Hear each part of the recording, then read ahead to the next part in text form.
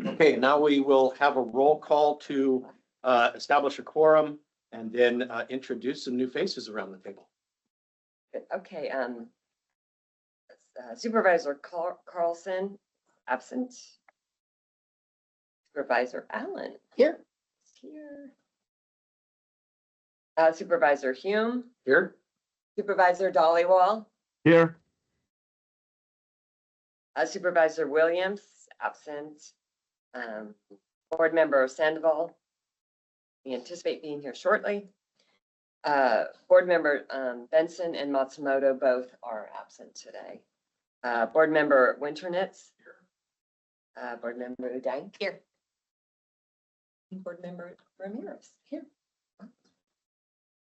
That's all. Wait. Do we have any ex officio members?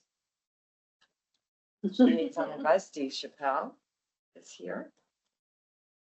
And we also have Efrain Lopez here as well. Important. And any other liaison advisors here? Amanda? Yes, hi. Hi, you're here. Good for this morning. Okay, we have a quorum and we also have some new names that were introduced there. So maybe we can have Leticia Ramirez and Efrain Lopez say a little bit about and do an introduction, and then we'll go around the room and tell you all who we are. Good morning. My name is Leticia. I'm recently appointed to the board in May, so this is my first meeting. I am an attorney, land use and real estate. I live here in Sacramento and about 12 years or so. So this is my home, and I'm very excited to be here. This is one of my favorite spots here. I'm going to finish the roll call quickly. Gloria, Board Member Sandoval. Here. There we go. We now have 7. Hey everybody, my name is Efrain Lopez. I'm the Executive Director for the Yolo Basin Foundation. We focus on education outreach and conservation in the Yolo Bypass Wildlife Area. This is my first meeting also. I was appointed earlier this year. Happy to be here. Thank you, everybody. Great, thank you. And maybe we'll start online. Supervisor Dollywall, if you wouldn't mind introducing yourself, giving a little background. Thank you, sir. Sunny Dhaliwal, representing San Joaquin County District 3. I was elected November 24, so I'm a year and a half into my first term. Okay, thank you.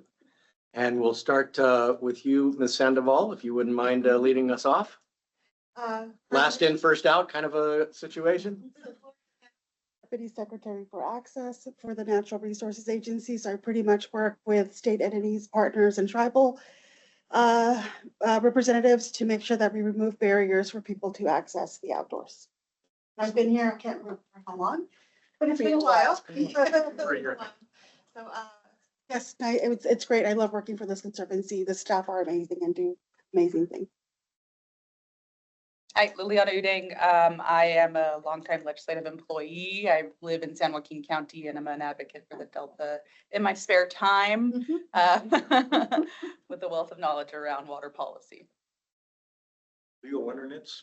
I'm an assembly member appointee a number of years ago. I worked in water resources throughout California, but particularly Delta for 40 years.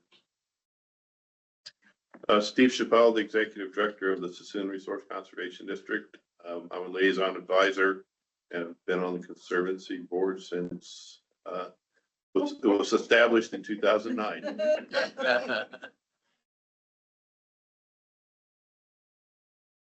I've been in this role since October. So I've been serving as a liaison advisor since October, but prior to that, I was at the Delta Stewardship Council for about 10 years. Then prior to that, I worked for the Delta Conservancy for about 3.5 years.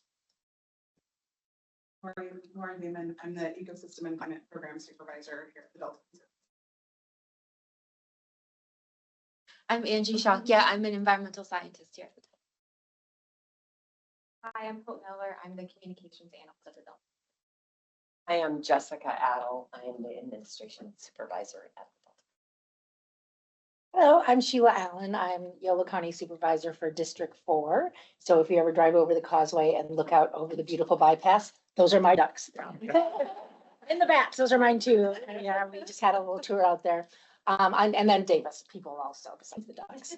I've been a supervisor for a year and a half and I have a PhD in nursing with a focus on public health. I'm happy to be here. I'm Aliciano. I am a resident of Oxford. 2 years ago, I graduated Delta Leadership Program.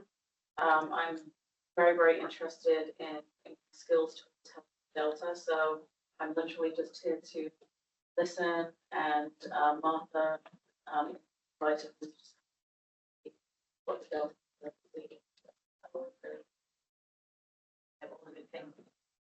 Yay, welcome. Hi, I'm Brenda Lask. I'm Anna Coates, I'm the strategic operations manager. I'm Maya Garrett. I'm the ecological and community programs analyst here at Delta. Martha Osnoff, the community project supervisor here at the Conservancy. Julie Specia, communications consultant for Metropolitan Water District. My name is Melanie B. I'm a UCD student. I'm Melinda Stelby, program manager with Metropolitan Water District's Bay Delta Initiatives. Nice to see you. Adam Borcher, I'm the manager of the North Delta Water Agency and also executive director of the California Central Valley Flood Control Association. Great. And I am Patrick Hume, and somebody just flagged me down outside and promised me a gavel, so I came indoors to see what it's all about. No, I'm the 5th district supervisor for the county of Sacramento. My district includes the delta from Freeport to the apex of the Antioch Ridge. And I am outgoing chair of this organization. I also serve on the Delta Protection Commission. Dan Blingram, Executive Officer, Delta Conservancy. I'm Nicole Rinke. I'm with the AG's office, but I serve as counsel for the Delta Conservancy, as well as some other organizations. Now you know all of us. Welcome. We're very happy to have you. Thank you. Okay, that brings us to item 3, which is public comment. This would be for items that are not on the agenda. Is there anybody from the public that would like to comment on an item that's not agendized? Seeing none in the room, is there anybody online that would like to comment on a non-agendized item? Okay, we'll note no hands raised. And that brings us on to a very exciting item, board elections. Great. Thank you. Good morning, everyone. So July is when we have our annual elections for board chair and vice chair. As a reminder, the chair must be selected from the county supervisors. And we request that the chair and vice chair serve up to 2 consecutive one-year terms, stagger those terms. So I want to thank Supervisor Hume for 2 years of service as our chair. Truly amazing how fast those 2 years went by. You were an excellent chair and we greatly appreciate your leadership. And also want to thank Supervisor Allen for serving the past year as vice chair, also an excellent vice chair, and we appreciate your leadership. Supervisor Allen has expressed a willingness to continue for a 2nd year as vice chair. And I have reached out to Supervisor Ken Carlson from Contra Costa County, who unfortunately couldn't be here, but he has agreed to serve and is willing to be nominated to serve as chair for the upcoming year. So I'm happy to answer any questions and or call for nominations at this point. Well, as a testament to what happens when you miss meetings, I would like to nominate Supervisor Carlson to assume the chairmanship. What the hell you came in? It probably is. Yeah. There was a strategy here. Second that. Okay. Are we doing them separate or are we going to do both? Why don't we just do? We can together, I think. I think we Are we together? Do you want To to? be at second. I'll nominate Supervisor Allen to continue in her role as vice chair. Second it. Moment, please. It's up. Okay, let's do a roll call. Carlson is absent for his vote. Supervisor Allen, Aye. Supervisor Hume, Aye. Supervisor Dollywall, Aye. Board Member Sandoval. Aye. Minutes. Leo. Board Member Uday. Aye. And Board Member Ramirez. Aye. Okay, that's 7 votes. The motion carries. All right. Thank you for your service. Thank you. It is my pleasure.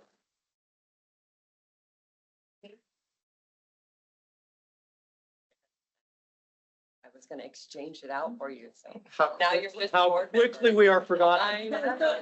I just pulled out an old one. scratched from the annals of time.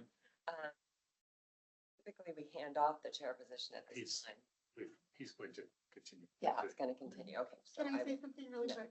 And Pat knows I'm always speaking at these meetings. He and I serve also on the Delta Protection Commission, and I love your leadership, your style. You always make things a little bit more fun, so thank you for your service. So thank you. It's kind of you to say thank you. But the second. Thank you, Leo. Welcome to the meeting. Okay, that brings us on to item number 5, which is the consent calendar, which consists of the minutes from May. Are there any corrections, additions, errors? If not, is there a motion to approve? Is So moved. there a second? Second. Okay.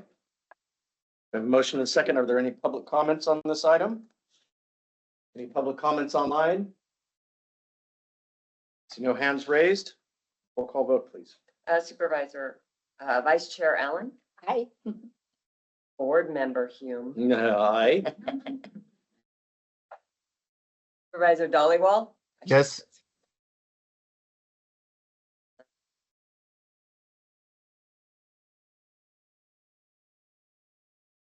Member Winternet. Yes. There we go.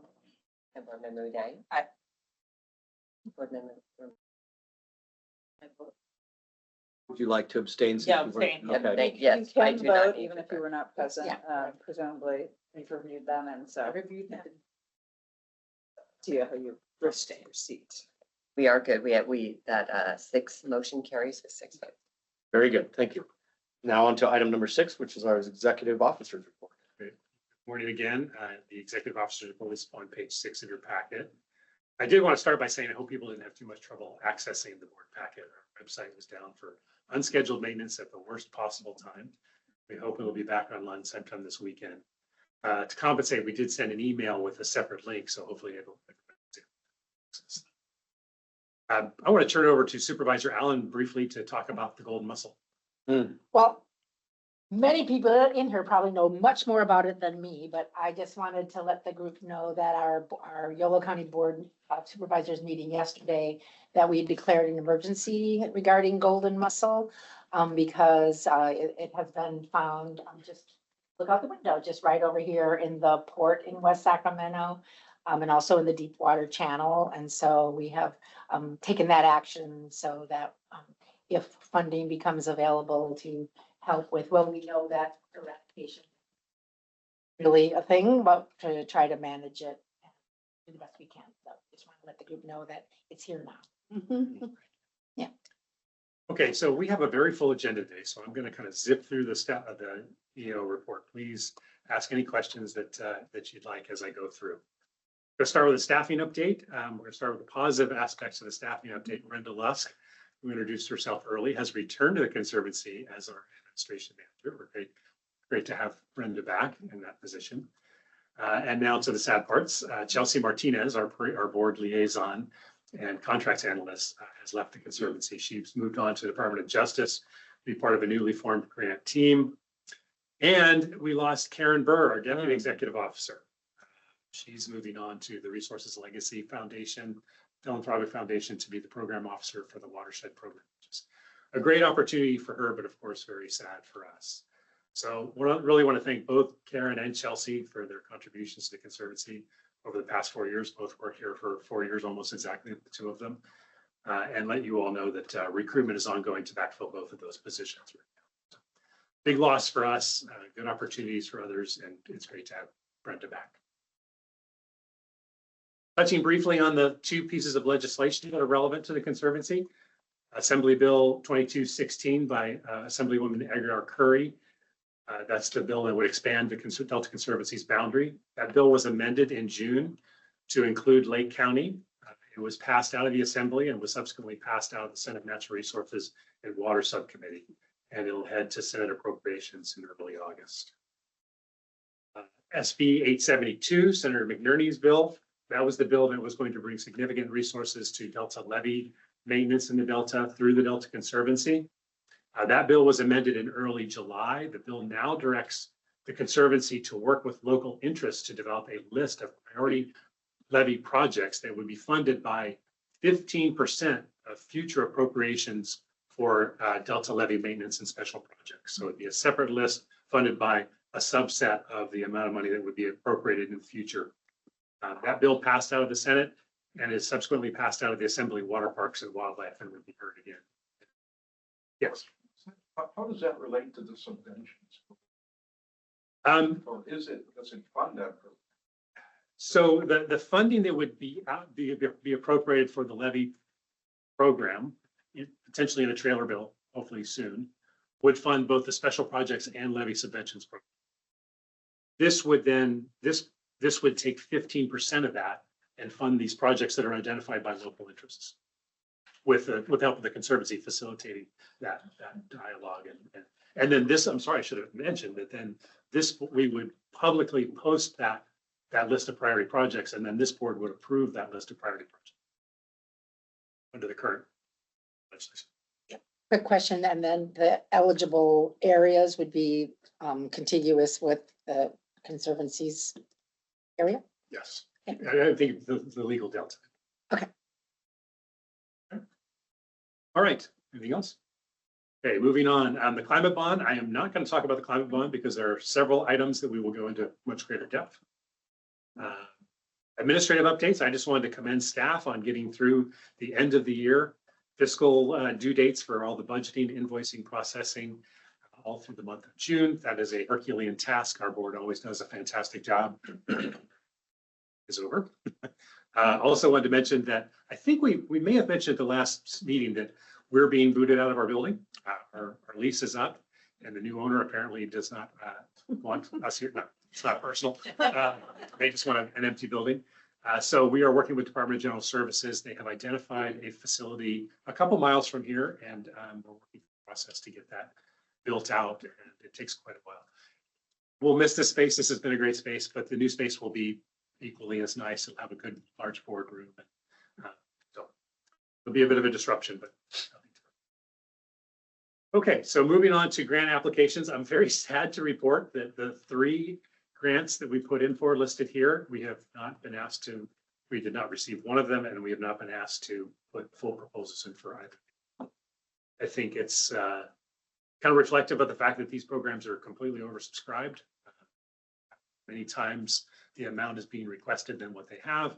And I also think it's just the issue that we face often in the Delta, that Delta issues aren't really well understood by statewide programs. They don't really necessarily understand the significance of some of the issues. So that's unfortunate, but we will continue to apply for grants as appropriate. Moving on to, make sure I didn't skip anything. Moving on to the Delta Drought Response Pilot Program, just a very quick update. Those projects continue and continue to be evaluated.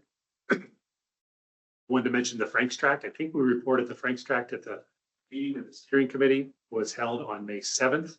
But in that meeting, it was discussed the desire to develop an MOU for the Franks Tract project. So we were able to amend our contract, add a bit to the contract to support the MOU development. I think this is a really important development in that the scale and size of this project is huge. It will take many, many years for it to be implemented.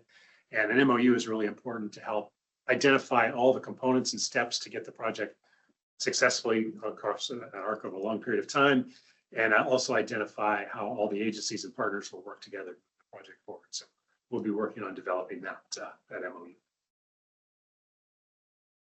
Delta Science, just wanted to report that the Delta Plan Interagency Implementation Committee Restoration Subcommittee hosted the 4th Delta Restoration Forum at the Bogle Family Vineyards on June 18th. So we did back-to-back meetings. The Restoration Subcommittee met and talked about 4 or 5 specific projects. And then the Delta Forum, which is a more broad effort to allow people to come and really understand all the restoration that's happening in the Delta. The big horseshoe table, there was about 15 or 20 individual projects that did lightning round talks. And then everybody was able to come in and interact with each of those projects and have a dialogue with the proponents. It was a great event. We were co-hosts to that event and well attended. And we really got lucky. It was a beautiful day. I mean, June 18th out in the Delta. It could have been miserably hot, and it was an outdoor event, but we got lucky. It was a really good event. Let's see, the Delta Invasive Species Coordination Team continues to meet. Their next meeting will be on August 19th, where I assume golden mussel will obviously be the topic of conversation. So I'm just going to say that there were a couple of communication and outreach experience, 2 media mentions, and 2 board directives from the last board meeting that were quickly addressed, and there was no correspondence. So unless there's any questions on those items or anything else, hearing none, I will turn it over to Jessica for budget expenditure. And Jessica Adel, Administration Supervisor.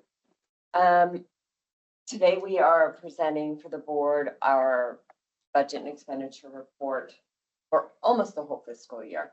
This will be for the fiscal year through May. Don't have the June report yet.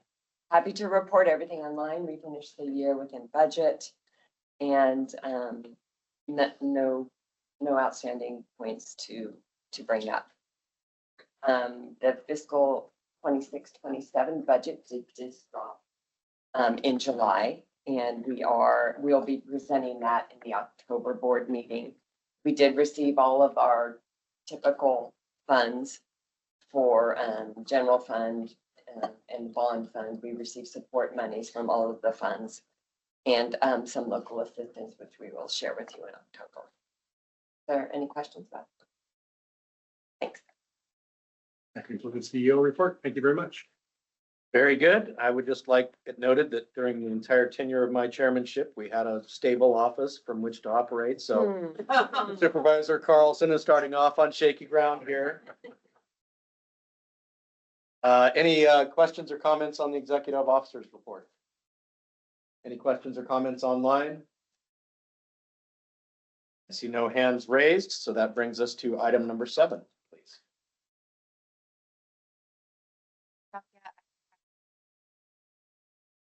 Today I'm presenting agenda item 7, the Ecosystem Restoration and Climate Adaptation, or ERICA program update. The staff report for this one can be found on our page. The ERICA program currently has 11 active and 24 completed projects. Descriptions, updates, and a map of their locations can be found on the website once it's back up. And today I'd like to highlight an in-progress project. The Yolo Bypass Wildlife Area Habitat and Drainage Improvement Project, led by Ducks Unlimited, has contracted out their construction work for what was approved by this board in January, and the project team's awaiting final permits. So when this project's complete, the habitat and drainage improvements will enhance habitat conditions for migratory birds on the wildlife-friendly agricultural lands and wetland habitats on the wildlife area. So when that project is wrapped up, we'll provide an update. Next, the California Department of Fish and Wildlife has provided an up-to-date report on their nutria eradication efforts. So here I want to highlight a link on page 14 that is for a new dashboard that they've released. The dashboard has interactive maps, charts, and different metrics that provide information similar to what's provided here in the packet. So if you're in need of updates between board meetings, I recommend using this dashboard as your resource. And then to wrap up, there have been no changes to ERICA program funding, which involves Proposition 1 bond funds and a Climate Access and Restoration, or CAR, general fund allocation. Each of these just have a small amount of funding remaining for as needed changes, and any additional information can be found in the. So with that, I thank you for your time, and I can take any questions. You're good. Thank you. Any questions on the ERICA update? Quick question about the nutria. There's none listed for YOLO. Are we not looking in YOLO, or there's somebody's looking and they haven't found any yet? I mean, I have to reference Up as far as Sacramento. So. I don't believe there are efforts by this. I think that's correct. I don't think there are efforts. I don't know if there have been any reportings outside of their efforts. I think basically the focus has been, they originally started down in the grasslands area and have expanded. So they're kind of tracking where they're expanding. So preclude future, but I don't think they're actually tracking it. Okay. Any other questions? Any questions online? See no hands raised.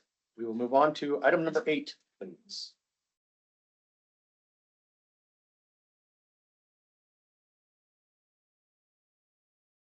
Board members, my name is Maya Garrett, and I'm the Conservancy's Ecological and Community Programs Analyst. I'm here to present Agenda Item 8, the Community Enhancement Program Update, which can be found on page 16 of your agenda packet. We currently have 11 active, 1 awarded, and 6 completed projects. Project descriptions, updates, and a map of project locations can be found on our website, but I'd like to provide a highlight. The Suisun City Public Fishing Dock Planning Project has completed 30% design plans and is well under budget for the project. Because of this budget surplus, I will be presenting Agenda Item 9 to expand the scope in the following agenda item. To provide some background, the Community Enhancement Program is funded through a $12 million allocation from Proposition 68 and 2 general allocations of Climate Access and Resource or CAR funds totaling $11.4 million. Currently, Proposition 68 funding is fully allocated and there is under $20,000 available in CAR funds. Thank you for your time, and I'm happy to take comments. Wow, that was very efficient. Any questions or comments from the public or from the board? Any questions or comments online? Seeing no hands raised, we will move on to item number 9, please. Thank you. Good morning again. I'm in follow-up to the Community Enhancement Grant Program update. I will be presenting Agenda Item 9, a request for the consideration of an amendment to the Suisun City Public Fishing Dock Planning Project to the City of Suisun City. The staff report can be found on page 18 of the agenda packet. Staff recommends the scope for the project be expanded to complete full planning in order to increase the preparedness for implementation of the project. They also recommend a 1-year term extension to successfully complete permitting. This project was originally awarded Proposition 68 funding in 2024 in the amount of $715,180. The objectives of this planning project is to develop 65% design and master plans, obtain permits, and conduct community outreach for the project. The overall purpose of the fishing dock is to create a sustainable and inclusive place for fishing and human-powered watercraft, which will promote tourism and environmental education throughout the region. This agenda item presents a request for an increase to project scope to include full planning documents and a 1-year term extension. The project is under budget and the grantee has determined the remaining funds are sufficient to cover this expanded scope. This project is considered a project under the California Environmental Quality Act, CEQA. Suisun City is the lead agency under CEQA and prepared a notice of exemption, finding the project implementation were categorically exempt from CEQA because the project will not result in a significant effect on the environment, nor will it impact scenic highways, hazardous waste sites, or historical resources. Approval of the amendment will allow the grantee to complete full planning and be prepared for implementation of the project when funds are secured. Additionally, the term extension is necessary to allow time for all permits to be secured. If this amendment is not approved, the grantee will be able to complete the original design elements of the project, but may not secure all permits required for the project within the original project term. They will also be less prepared for implementation.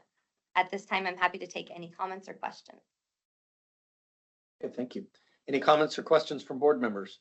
It was great to see it.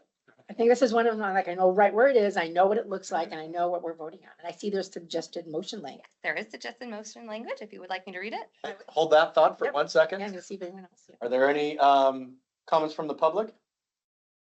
Any comments online? Okay, go. All right. Move that the board approve an increase in the scope of work that will result in the complete and full planning documents and a 1-year term extension to the City of Suisun City for the Suisun City Public Fishing Dock Planning Grant. So moved. Is there a second? Second. All right, we have a motion and a second. Roll call vote, please.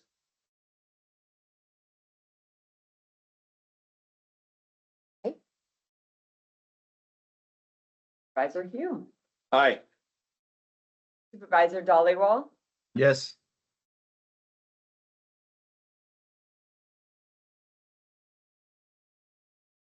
Member Winternitz, Yes. Member Dang. Aye. That has 7 ayes, the motion carries. All right, great, thank you. It's a pretty big tongue twister. We had a lot of jokes about that.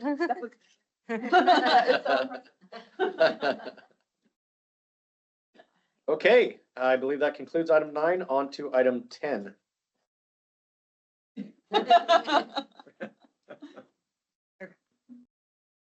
All right, good morning, board members. My name is Lauren Damon. I'm the Ecosystem Restoration and Climate Adaptation Program Supervisor, or ERICA. I'll just keep saying ERICA from now on. And this is agenda item 10, the Delta Carbon Program Update. The staff report is on page 22 of your board packet. And just as a heads up, my agenda items are slightly longer than the ones so far, so thanks for hanging in there with me. The Delta Carbon team met on July 7th. There's been a lot of interest in this group. Our last meeting had over 50 attendees.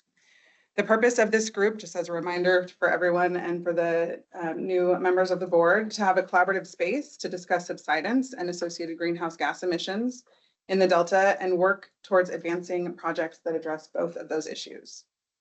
The team has enlisted the support of a Sea Grant Fellow and a subcontractor who's here with us today, Julie Spezia, to develop the team's charter and the work plan. As part of the planning process, we held individual interviews with several of the party members and discussed key issues like carbon crediting, viticulture, and the state of the science at the last carbon team meeting. We plan to have a new charter and strategic plan by the end of the year.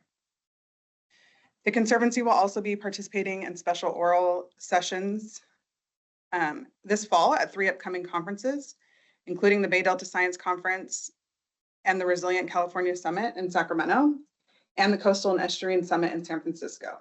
The sessions will focus on telling the Delta's climate risk story and also describe the solutions that we are implementing with the funding that we, the Conservancy, and other partners have been providing for the landscape scale projects. The Delta Carbon Program currently has 3 active projects and 1 completed project. I'm going to update on all 3 active projects today, and the information is also available on our webpage. The Rice Incentive Program has both an ongoing program with the Nature Conservancy and an upcoming program funded with $3.5 million of climate bond funds. The ongoing program is in its last year of rice conversion right now, and the converted projects will grow rice through at least 2029. During the first 3 years of the program, 11 farmers enrolled to convert 5,300 acres to rice, and the upcoming program received concept proposals on June 15th. Those concept proposals are currently being reviewed, and all proposals that meet the requirements of the program will be invited to submit full proposals. Full proposals are expected to be due October 30th. Considerations of awards will be presented in March of 2027. The upcoming program is block grant style, where the Conservancy will work with eligible entities to pay farmers to convert to rice in the deeply subsided portion of the Delta. The Wetland Mosaic landscape on Webb Tract project with Metropolitan Water District of Southern California has achieved both milestones and delays. The Grantees Board approved the wetland construction project on July 14th. There was discussion on this agenda item by the board, both at committee and by the board of directors. The primary point of discussion focused on a substantial increase in cost share for the grantee and the grantee's ongoing investment in all 4 islands. At a prior board meeting, the board directed staff to prepare a market study that would explore the sale of 1 or more of the islands. This is not a directive to sell and is to gather and provide information. Several of the board members noted and were grateful for the Conservancy's investment in the project. At least one noted that they were voted yes because of the $20.9 million available to them from us. Now that the Grantees Board has approved funding for the project and has committed to move forward, the next agenda item is a consideration to authorize phase 2 funding for the wetland project construction. Before we get to that agenda item, the rice conversion project on Webb Tract has unfortunately experienced significant delays and has not yet started work. Starting work was authorized by this board and the Grantees Board last summer, but the selected farmer had canceled during their ongoing lease negotiations. A new farmer has been selected and is currently working on that lease with the grantee. And I just heard that hopefully that'll be signed this week. Has not been signed yet.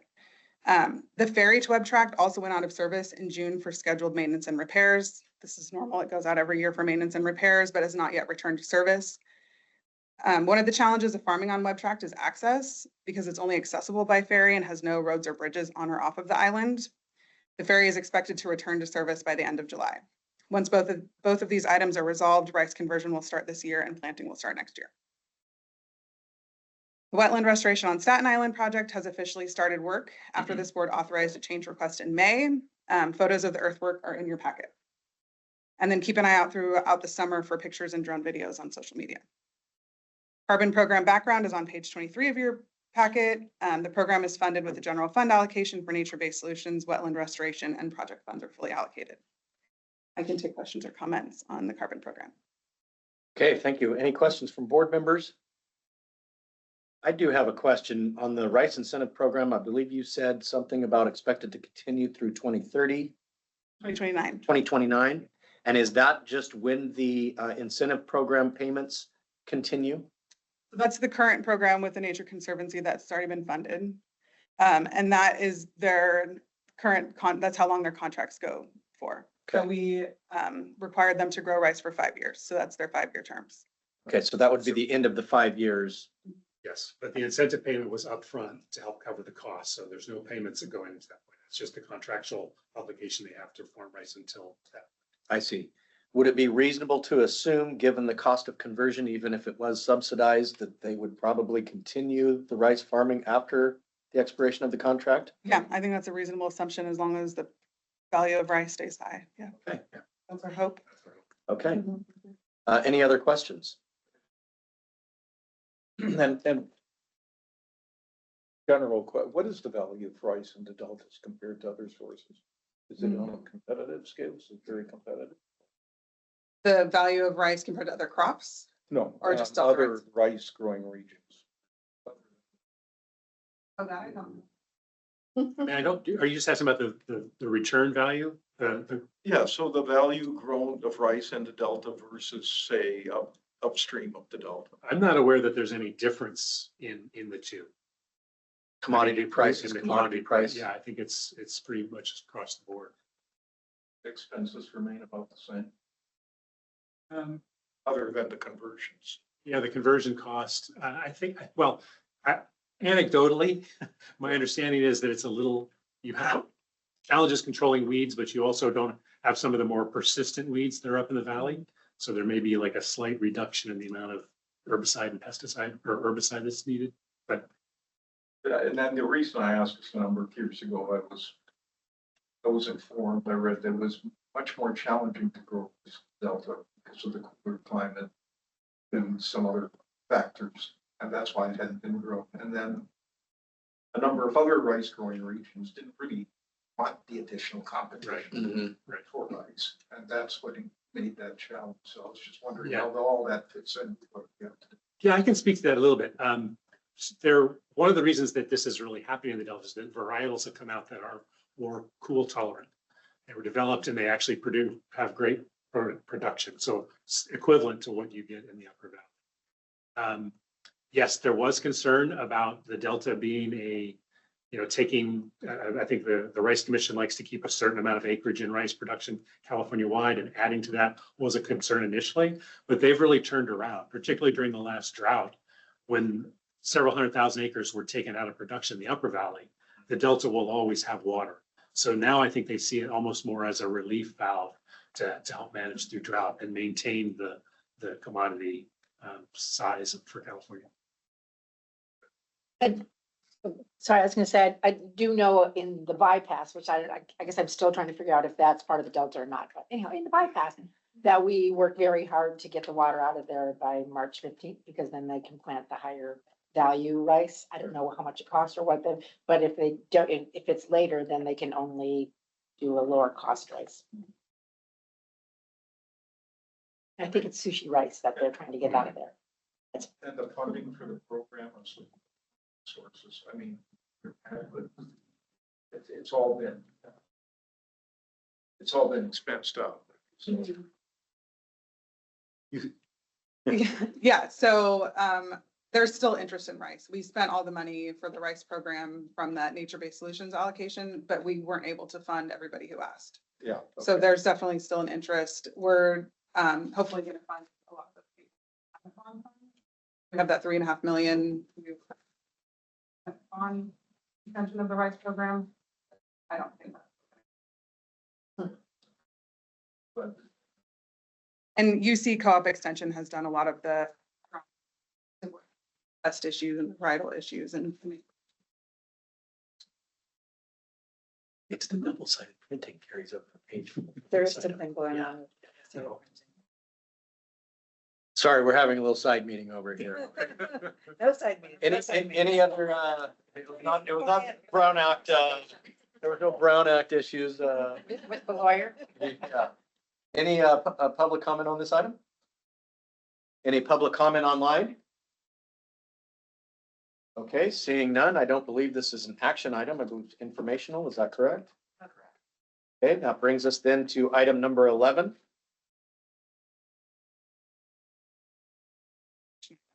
This is a request for consideration to authorize Phase 2 funding and an amendment to scope for the Wetland Mosaic landscape on Webb Tract project with the Metropolitan Water District of Southern California.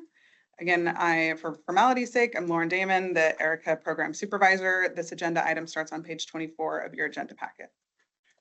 Conservancy staff recommends that the board authorize the release of $13,074,567 in Phase 2 funding and approve a reduction to the scope of work that will reduce the constructed wetland area to 2,400 acres and removes 2 post-construction monitoring and analysis tasks.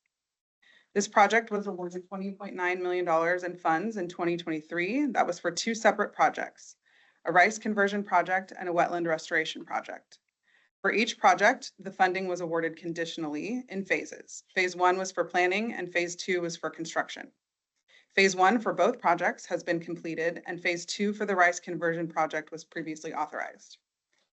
The request for your consideration today is to authorize Phase 2 funding for the wetland restoration project. This is the final batch of conditional funding and authorizes construction for the project to begin. Previously, this board approved a scope change during the planning and design phase, Phase 1, that allowed the grantee to reduce the area of the wetlands to about 2,400 acres. That was for planning purposes. This change affected design only. Now that the design is complete, today's request is to construct the wetland at that reduced acreage. The primary reason for the reduced acreage is to keep construction costs low by using a simple wetland design. In addition to the roughly 2,400 acres of wetlands, there will be an additional upland habitat that will inundate over time as soil accretes. Total habitat created is similar to the originally proposed acreage, except for small areas necessary to keep accessible for logistic and emergency purposes. On July 14th, the grantees board approved a $14 million construction contract for the wetland project, and this approval effectively authorized construction of the project by the grantee. There is a budget shortfall of about $3.5 million after receiving construction bids, which the grantee is covering with cost share. Their cost share has now increased to over $7 million. As I mentioned in the carbon program update, the grantees board previously directed staff to complete a market study that explores the sale of one or more of the islands that the grantee owns. This directive may raise concern about the security of the project if the grantee decides to sell Webb Tract in the future. For all of our implementation projects that result in a capital asset, our agreements require that the project be maintained for the purposes of the grant for at least 15 years after the project. Notice is recorded to title prior to the start of construction, so any prospective buyer is aware of the encumbrance before purchase. Even if Webb Tract is sold, the buyer would assume the terms and conditions required by the grant, and they must maintain the project for at least 15 years. Although this project is moving rapidly for a large landscape scale project, the grantee anticipates construction going to the very end of the agreement term, which is 2029, and thus will have limited time and capacity to complete monitoring and analysis tasks. They are requesting to forego aquatic food web monitoring and a levee stability analysis. While both would provide interesting and valuable information, the resources would be better invested after the wetlands have time to mature to get a more accurate picture of the benefits that the wetlands are providing. The grantee is willing and interested in completing the aquatic food web monitoring and levee stability analysis at a later date, but would like to remove them from the scope of the current project. Combined, that work total is about $400,000, which, if approved, would be applied to construction to help with the shortfall. Pre and post-construction monitoring as required for compliance and resource management and mitigation will still occur, and carbon flux data will still be collected as part of the project. Staff recommends that the board authorize Phase 2 funding and the scope reduction. There is suggested motion language at the end of the agenda item for your consideration. I can take questions and comments. Great, thank you. Does any other board members have questions? Director Wintermetz? One of the proposed action items is to reduce the constructed wetland acreage to up to 2,400 acres. What was the original project scope for it? Do you remember? Yeah, it was a range from 3,000 to 3,500. Okay, 3,000 to 3,500 up to 24. Thank you. Director Allen? Is- Excuse me, Vice Chair Allen? Sheila would work too. Okay. Is there a concern that, or is there a plan for them to sell it? There's not currently a plan for them to sell. I have a couple of questions. There were a lot of numbers in this staff report. I just need to wrap my head around what we're actually looking at here. And so if I did my math correctly, between the phase one amount that was already released and the revised amount for this phase two, that comes up to about 16.3 million of the 20.9-ish that was previously approved. Where did the other 4.5 million? The rice projects? That was the rice project. So the full 20 million is the wetland conversion and the rice project, a braiding of funds from two different programs. It's all the same program, but The it's same funding source, same program. okay. Provided the 20.1 or 20 billion total. And so the- Authorized already is the phase one for both projects was authorized and funded. Phase two for the rice project was recently authorized and funded.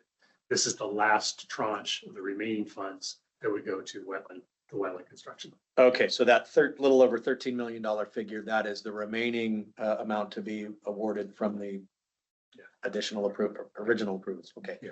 Just for wetlands and just for construction. Okay.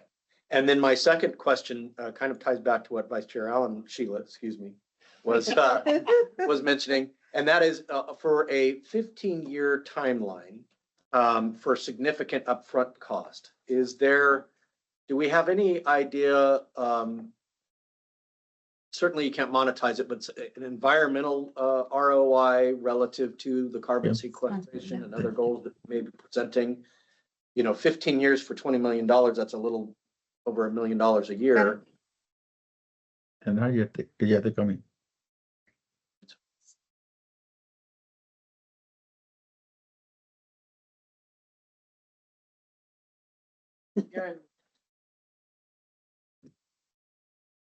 We can hear you, Supervisor Dhaliwal. Sorry about it. That's okay. I was in the middle of making a great point. Now it's just gone. My apologies. I'm just teasing. Thank you. If the grantee sells carbon credits, Yeah. that actually will put a 40-year encumbrance. Voluntary market, that'll actually put a 40-year encumbrance on the project. Okay, so that's not currently encumbered for the carbon sequestration. That's right. Okay. The The 15 expectation. years is just. Yeah, I think one of the main objectives here is to show how these islands can be economically viable and have good return on investment through time, through both the rice cultivation and the carbon market. So this is one of the first whole island opportunities to really demonstrate that works through time. So this is maybe a proof of concept. It is. I think Staten Island, I think, is a very good proof of concept now. They've converted about 4,000 acres to rice. We're helping them convert another 500 acres of managed wetland on the lower part of the island. And then Sherman Island has done Sherman and Twitchell have done about 3,000 acres. So I think this is yet another really whole island demonstration that hopefully helps the rest of the landowners in the Delta say, I'm 20 feet below sea level. These are my options, and this is how I can be economically viable in the future and maintain. Great. And then my last question is, I recall as part of the approval of this project, it was noted that this could not be considered as mitigation for the conveyance project. Do we know whether or not MWD has other conservation easements either in place or anticipated for this island as mitigation, maybe for other actions? They currently do not. The only other encumbrance on the island is like a legacy hunting that covers, I think, 140 acres. That's the only. Okay. Well, I recall the tour we did out there, and I think it's a wonderful project. Any other questions? Yes, Director, yes, Director Sandoval. Ask you a question. The grantee is asking to remove the development of the technical advisory committee, excuse me, environmental monitoring plan, the aquatic monitoring, and the levee stability analysis. That's a lot. So, and it said that it was it initially proposed to help the broader scientific community understand the project's impact. So how important is that? Because that's a lot of information. And have you heard from the scientific community or concerns, about anything regarding this project? Yeah, so the technical advisory committee and that monitoring plan are all focused on the food web impacts. And so like the hypothesis is that the wetlands would be supplementing the aquatic food web in the channel outside of the island. And so that's still the hypothesis, and the scientific community is still hopeful that that will be the case and want to monitor for those impacts. But given the timeframe around the construction, we just don't think that the wetlands would be mature enough to do that yet. So they being the grantee have informally said that they still intend on doing that work, but we don't think that there's enough time for them to do it and get good results because the wetlands being mature. Can we include something in the grant that they should pursue? Something, I don't know what the language would look like, but something just to sort of, because we're a board and people are always giving us feedback, and it's nice when we actually listen to folks. And if the scientific community asks for this and we're not moving forward with it, I think if we could include something in the grant, if that's even possible, I don't even know, I'm not familiar with the grants, on not them promising to do something, but at least looking into it if funds become available. We can.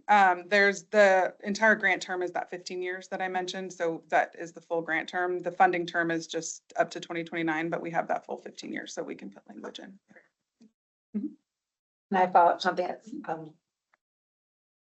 was going to call you senator. That's funny. That works too. Moving up. Pat mentioned. I am worried about just the 10 years because that seems like a huge investment.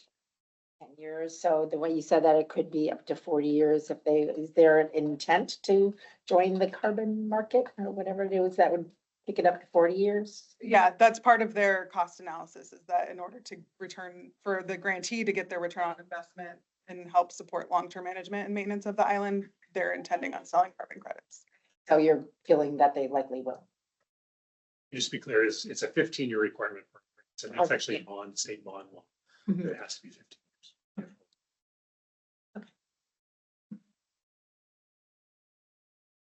Sandoval's question. I had a concern about that as well, but I read the language here. My understanding is that the scientific community agreed that it would be too early to start monitoring directly after the project's constructed because of changes. So that money then is going back into the project. The question is, when it's time to start monitoring, which could be 3 to 5 years after the construction, where's the money going to come from for that monitoring out from the project? So what happens then? We have to ensure that there is monitoring.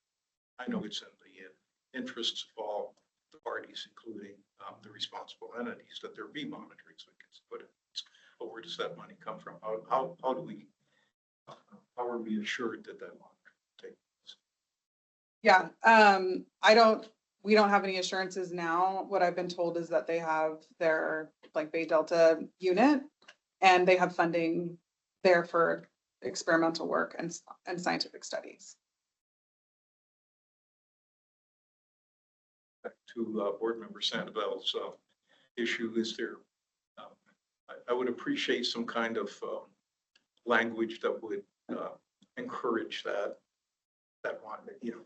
monitoring certainly does take place with the oversight of the Conservancy. Yeah, and I think that is we can add that.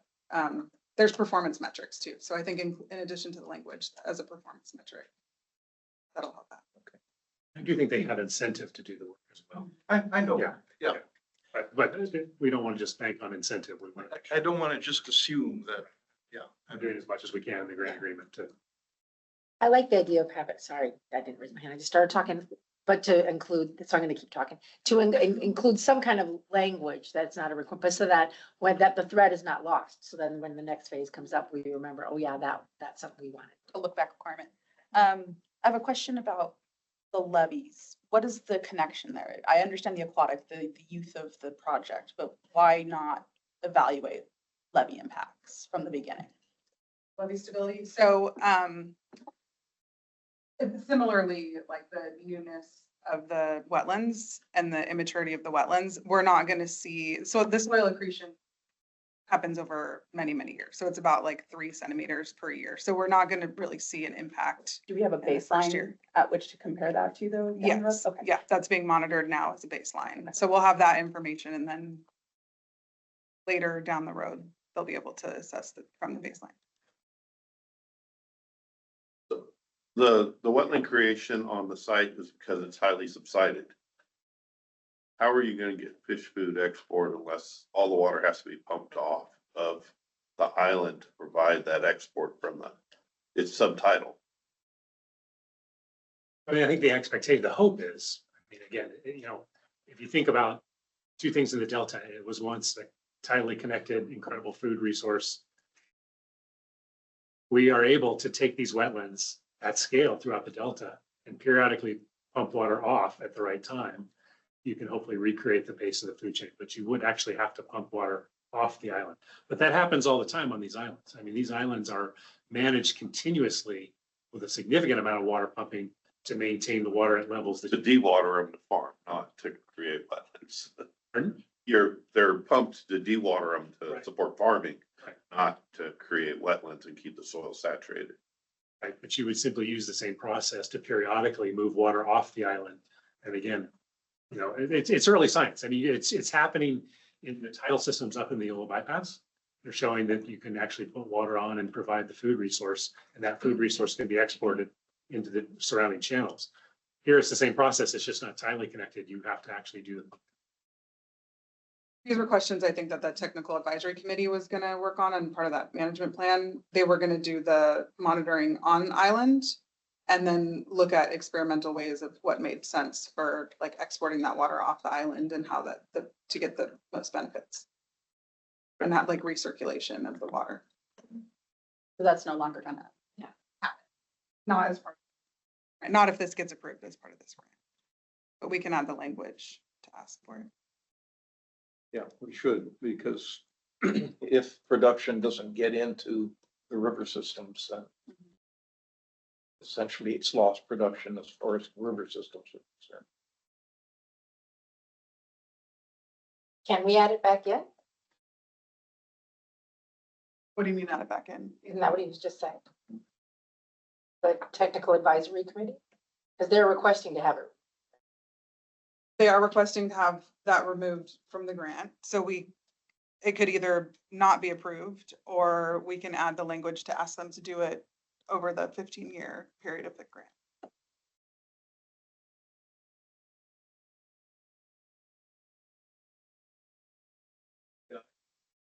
There are many questions around this project. I want to see it succeed. I want to see it succeed with us, not us, the general us receiving the valuable information that it uses. I'm a little leery about the technical advisory committee being disbanded. I don't know how much they cost. Do they have to pay members of the technical advisory committee to participate, or is this a voluntary type thing? I don't think that had been worked out yet. I think the request was going to be voluntary, but it was going to be through UC Davis.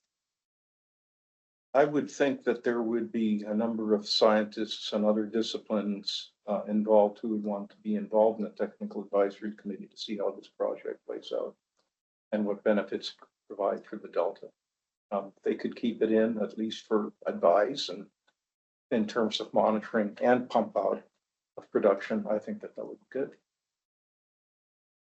So maybe I'll propose that we strike eliminating this from the motion, and I can work with the grantee on an alternate solution and then bring this back potentially at another board meeting to have a different option available. I'm fine with that. Does that work?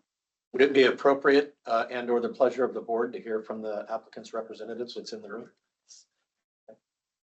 Thank you for the opportunity to be able to answer the questions about the So studies. Melinda, can you come right here so the microphone?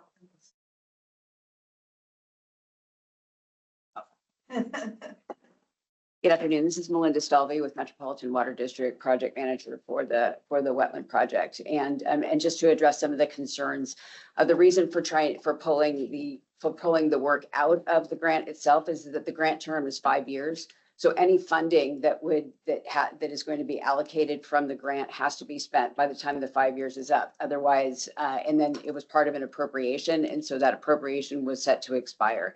So we were simply pulling that out of the grant because it could not be funded past the 5-year period. And we were not going to have the project built, designed, constructed, and built until 5 years is up. We're going to be running right up against that 5-year period. We do plan on supporting the work. It's very important to us. That's the whole point of doing the project, was for us to be able to show that we could reverse subsidence on this island through the building of the wetlands. Part of the design itself for the subsidence part includes measurement tools so that we can measure what the reversal of subsidence is. That is the study that would be the levee reversal, so that we do plan on having that work done. And part of the food web study, that was something that was proposed by Metropolitan as a result of some work that we have done with floating wetlands, with the work that Kurt Schmoody had done with Metropolitan Water District to show that these floating wetlands could produce phytoplankton and zooplankton. And so what we're hoping to do is expand that and look what that would look like at scale. So Metropolitan has a vested interest in making sure that work continues. But the point of pulling this out was just is that the grant term expires. It's not that we're not willing to continue the work or that we're not going to do the work. We are. It's just that within the grant funding term, we had to pull it out because it could not possibly be done within the grant funding term, which is the 5-year limit. Sorry, my mouth is dry. Follow-up question.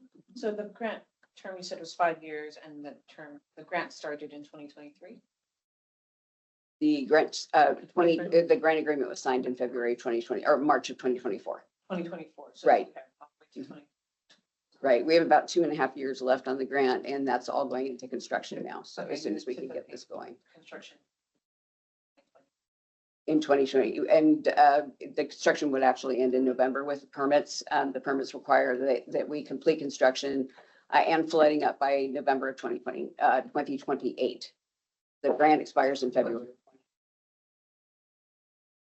And there is a long-term easement agreement associated with the property as a result of the grant. Is that right? Our easement agreement, one for us, yeah. So that starts after the funding term expires in March of 29, then that 15-year period starts. So that takes us to the thing. So if board members wanted to include a term that would encourage or To require certain things that are being eliminated from the grant, like longer term monitoring, other things that I heard people talking about with the levee study and the food web study. Is that something that can be added into the long-term easement agreement as mandatory or encouraged? Melinda, would that be an issue for? I would suggest encouraged. Because we would have to go back and amend the grant agreement and then have to go back to our board again, and that would slow down the construction of the project. And I would be concerned that would be a significant delay, especially, how long it takes for things to get to our board. So yeah, encouraged with the understanding that Metropolitan has a vested interest in ensuring that this work gets done. This is the whole point of putting in the grant application to begin with, is the interest that we had in trying to do something different with these Delta Islands and to show that it could be managed in a way that would be beneficial to all of the Delta regions. So if that's acceptable to you. I would suggest strongly encourage. Okay. I Agreed. mean, obviously from a legal perspective, that doesn't really give you Is there ability like to enforce that sort of. like a report back provision that we could also include? There is in the grant agreement itself for the long term, for the 15-year, there is annual reports that back to the Delta Conservancy for the entire term of the agreement. Since you're at the table, I just have another question, kind of off topic. I remember during the tour, I believe I remember anyway, that there was talk of a smelt nursery as a part of this or? Not as a part of, yeah, not as a part of this project, but it is a project that is moving forward on Bolden Island. Right now, there is an MOU that's being developed with U.S. Fish and Wildlife Service. They've already actually begun some of the work. And U.S. Fish and Wildlife, Army Corps of Engineers, and we could certainly come back and report back to you if your board is interested in that. But on Bolden Island, that's happening. Okay, great. That's awesome. You mentioned the floating island experiments by Kurt Schmoody. That's great. This particular issue is not floating islands. This particular, maybe they're related, maybe you can inform me, but I think this particular issue is growing production within the island and then being able to move that production off the island. Right. And unless you can do that, that then the value is quite limited. The wetlands are designed such that we have to move water through the wetlands. If you don't have a flow such that the water can come on and into the wetlands and then off again, then you're going to end up with stagnant water because it is a giant bathtub. If you can't move that water on and off the island, there's no way for you to, you're going to end up with a wetland. And so right now the wetland is designed so that we can bring water on and pump that water off of the island. So what we're hoping to do is to explore how could we manage those wetlands in the future? Does it help to hold water for certain periods of time so that we can increase that phytoplankton and zooplankton production and then pump it off at a later time? We'll be looking and exploring that with them, with our scientists in Bay Delta initiatives. Yeah. So that is part of our interest here. Yeah, it is definitely part of your interest and is absolutely part of ours, which, yeah, it's for sure. That it seems that it is to be a proof of concept that this can be done. And so I would think having advisory committee and researchers involved in it, and maybe you have them internal, I don't know your organization well enough, but that's what I would have thought, that's why you would include them in the grant, understanding that in the 5 years of this grant that we won't be able to get very far in it. But if we can, I would rather have it be that you work with scientists so that you figure out, does this proof of concept work over the 15 years? Because it seems like that would be a long enough time frame to have it work. It's okay. I would prefer to have stronger language that suggests that, because that's the goal, is to have it be a proof of concept. That's why we're investing money. Yes. Sure. It's okay. Supervisor Carlson runs a very loose meeting. With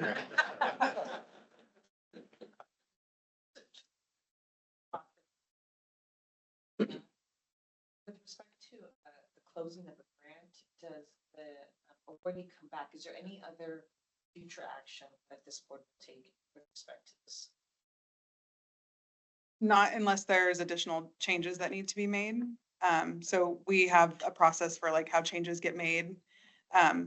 If there's something that needs to come back to the board, it will. Otherwise, no, nothing would come back there. And then there's long-term reporting requirements. So after the grant closes, there's annual progress reports that get written, and those are available to the board. Okay, so the terms of the easement, the maintenance and conference, those are already set and part of it. Yeah. Not all reported, but not action. No. Yes. Sorry to interject. I'm hearing that some people online are talking, so just try to speak toward the microphones, and if you're soft spoken, raise your voice a little bit, please. Thank you. Well, I can affirm as far as the timeliness of having to take an item back to the MWD board. I sat in an MWB board meeting one afternoon, and it was the longest 2 weeks of my life. So what can we do relative to strongly encouraging that wouldn't necessarily require new action from MWD? Because I think to the point that was raised, we're already in year 2 since the award of funds that need to be expended within the next 3 years.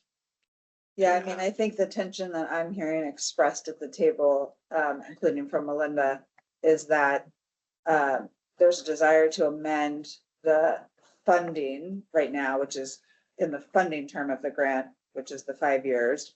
But then there's a desire for longer term to shift some of that stuff that would be removed from the 5-year desire to put that in the longer term requirements.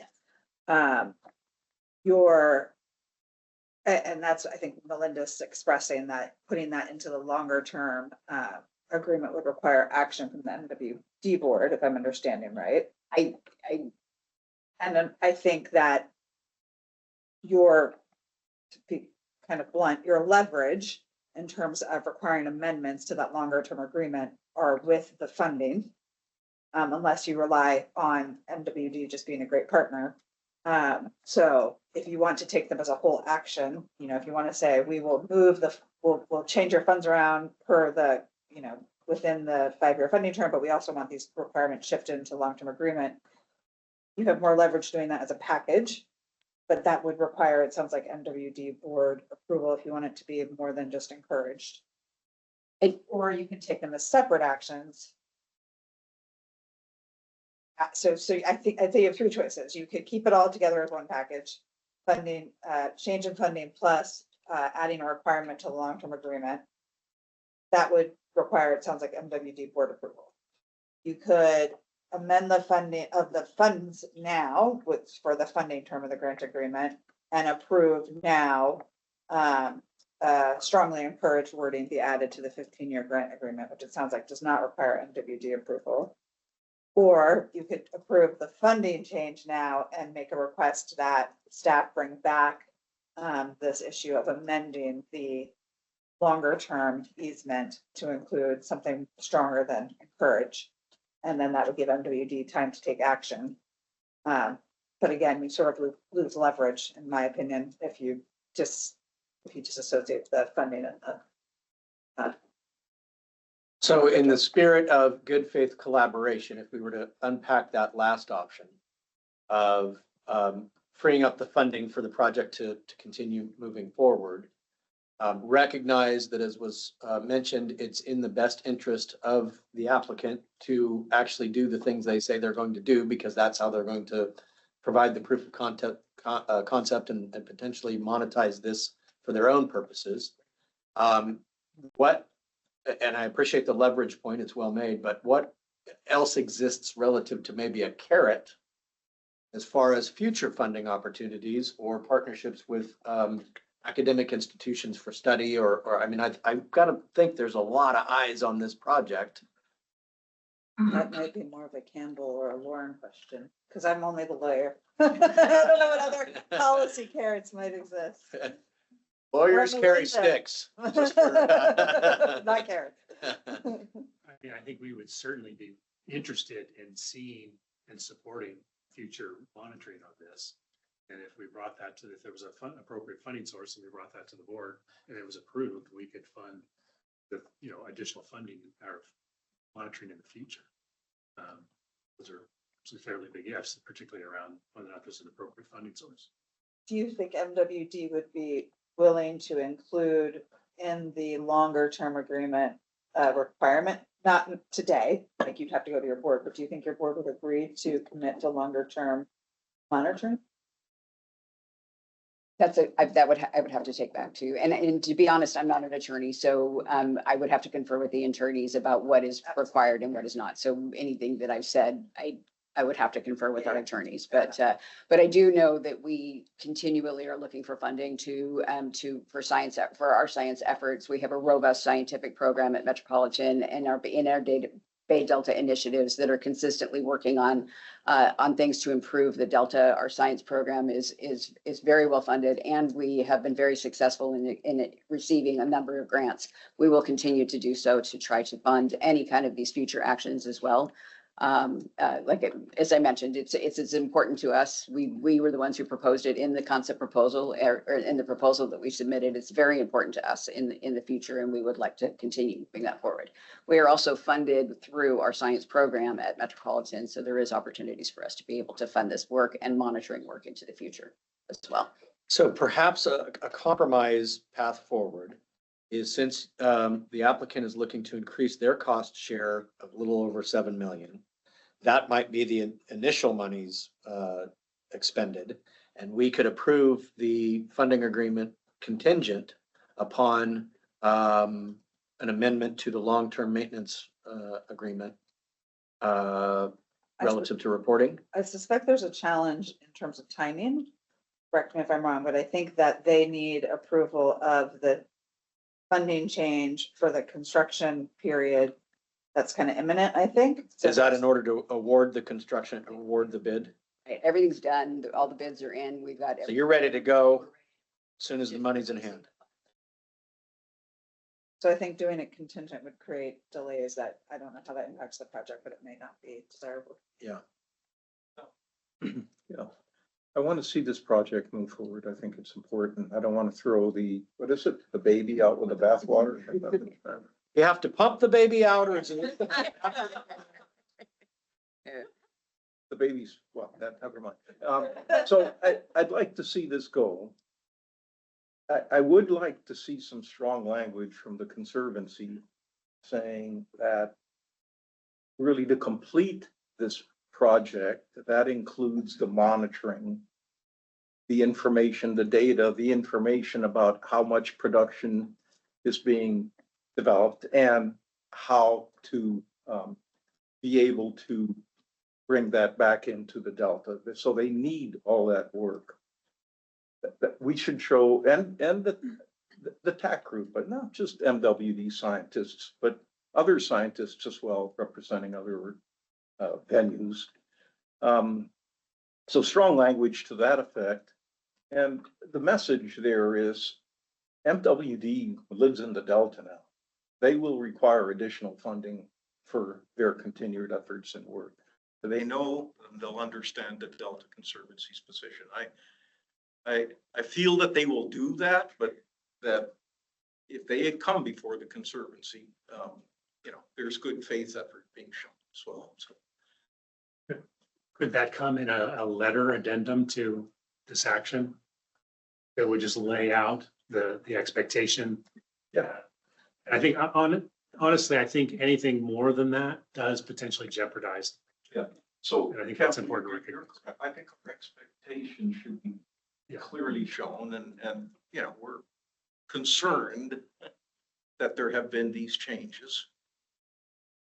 But the project's important, but these are our expectations as we move the project forward. I might even take it just one slight small step beyond that, which is to request a review once the grant term ends to see if there's something we can then add into the long-term plan post-construction. Wonderful. Okay, Well, I think that could also include a request that MWD at the end of the grant term come forward with a report that includes some options for how they might be able to explore these long-term monitoring efforts and what they might be able to do. sounds like we're narrowing in on it. So let's pause here. Are there other comments from the public? Any comments online? No, sir. Okay. What do we need to do as far as clarifying the motion language to incorporate board discussion? Right, so I think what I heard was that you would be doing the motion as it exists now. And then you would be adding a, maybe, I think it's maybe two things, but I'm not sure. A report at the end of the construction funding term from MWD as to, project status and also their progress on funding efforts post-construction for monitoring.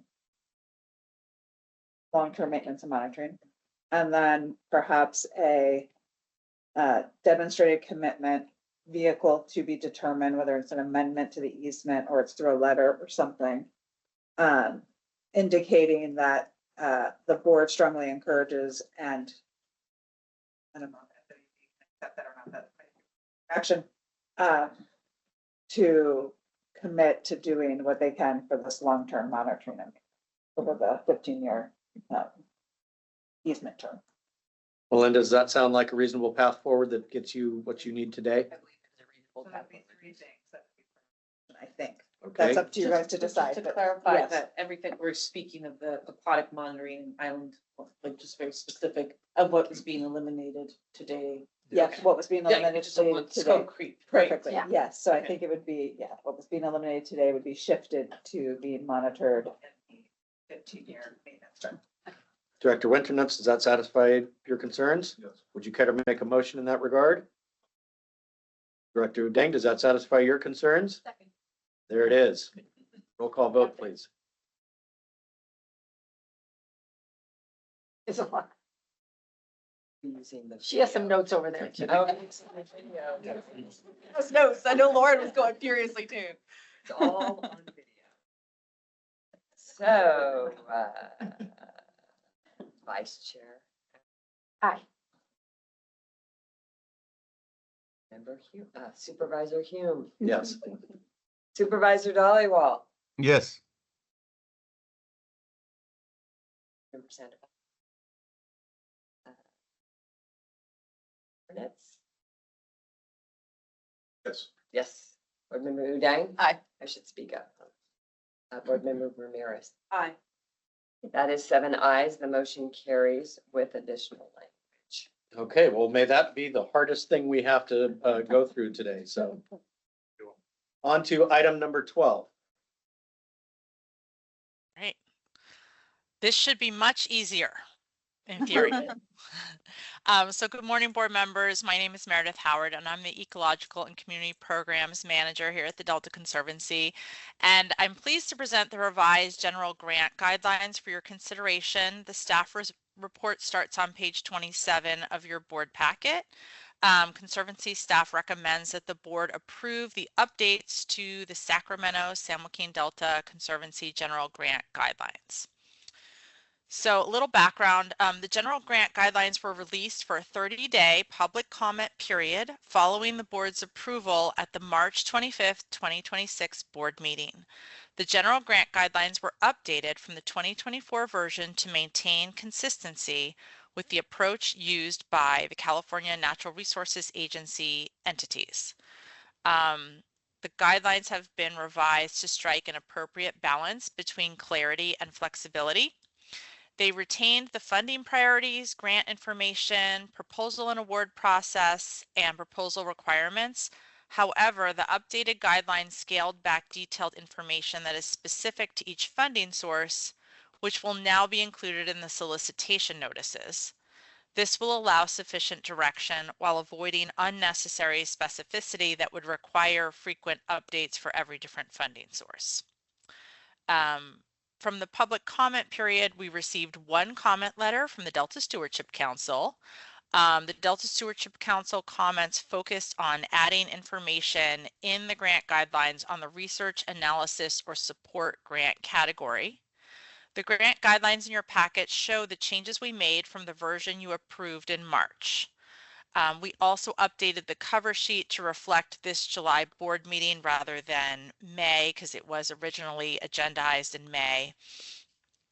We made changes to the grant guidelines by adding an additional funding priority for research projects, enhancing the description of the research, analysis, or support grant category, and adding references to additional plans and policies that are relevant.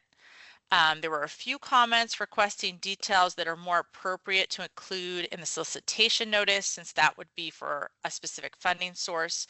So we've included those in the solicitation notices. So overall, these revisions will support a transparent, efficient, and adaptable grant program that reflect current needs while allowing staff to effectively manage resources. I have proposed motion language for you, but I'm happy to answer any questions. Okay, thank you. Any questions from the board? There's a recognition by the state that we are not easy to work with, to say the least. So I wanted to thank the Conservancy just for your time spent on simplifying the grant application process. This is something that's being done across the board at the Natural Resources Agency. There's been a lot of meetings, a lot of discussions, but I'm super happy that the Conservancy is moving forward to present it to the board for approval today. But just wanted to let you all know that a lot of work has gone into this, not only at the Conservancy level, but across the Natural Resources Agency. No offense taken, by the way. It's like she wants to do a motion. Oh, I'm sorry, Just before though, yeah, I think both Sheila and I have a comment. well, I was just gonna appreciate the item 12 that's added because that's what we just spent the last hour talking. And then my appreciation comes in the form of formally acknowledging the impact of fairly independent communities in the Delta and the way that they interact with our natural working lands is very important to facilitate at the grant making space. And so I appreciate that being specifically called out in F21 in this update. So thank you guys. One question was Meredith, you mentioned that the Stewardship Council had comments about analysis. Did you make changes to this to reflect that, or were those comments just addressed separately? Sorry, you cut out. I couldn't hear the whole question. My question is whether you mentioned that the Stewardship Council had made comments regarding certain language about research being included.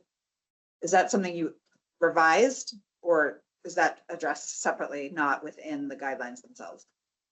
So all the changes we made are in the guidelines in like using track changes. So for Guess I'm asking if it's new changes I haven't seen. No, this is the exact same thing as what was in the May board packet. The only difference between May and July is the cover page where I changed May to July because they will be hopefully approved today in July, not May. That's it. Okay. Thank you. Okay, thank you.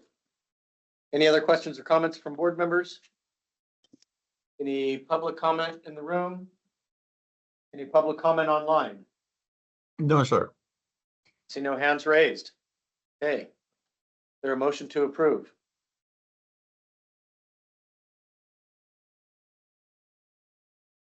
I'll move. I didn't want to take it from you. There is suggested motion language that the board approve the update to the Sacramento-San Joaquin Delta Conservancy General Grant Guidelines for use in granting funds. I moved that. Very good. I think I heard a second. Very good. Roll call vote, please. Vice Chair Allen, Aye. Supervisor Hume, Aye. Supervisor Dollywall, Yes. Sandoval. Minutes. Yes. Board Member Udang. Aye. And Board Member Ramirez. Aye. 7 votes, the motion carries. All right. That brings us on to item number 13, please. Great. Well, you've got me again. I'm leading agenda item 13. So today we are bringing forward the solicitation notices for the Proposition 4 climate bond funding for your consideration. There are 2 solicitation notices for the Prop 4 grant program that start on page 48 in the board packet. The first in the board packet is the Delta Community Environment and Climate Grant Program, and the second is the Delta Conservancy Small Grants Program. Conservancy staff recommend board approval of both of the solicitation notices, and this is a conditional approval based on the funds being appropriated. So I'm going to briefly walk you through our approach for the Proposition 4 grant program and the solicitations. So the Conservancy will conduct 2 cycles of solicitations for proposals, and the solicitation notices in this agenda item are only for cycle 1. The Conservancy anticipates awarding $15 million in cycle 1. We've reserved $900,000 for the small grants program, and we plan to split the remaining $14,100,000 relatively evenly among the 3 priorities of community enhancement, nature-based solutions, and ecosystem restoration and climate adaptation projects.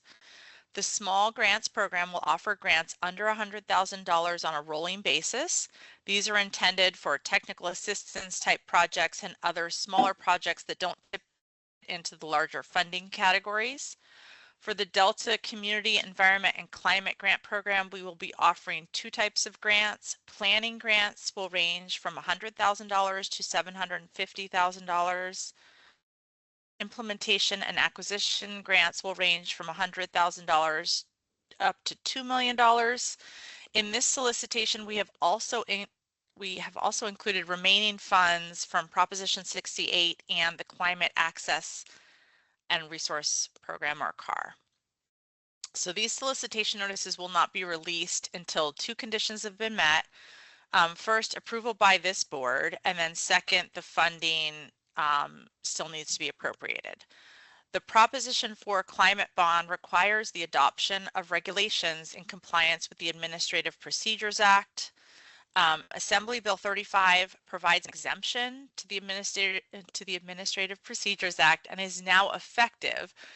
It was not effective at the time the staff report was written. So if you're confused by what I'm saying because you've read the staff report, at the time the staff report was written, we didn't actually have an exemption.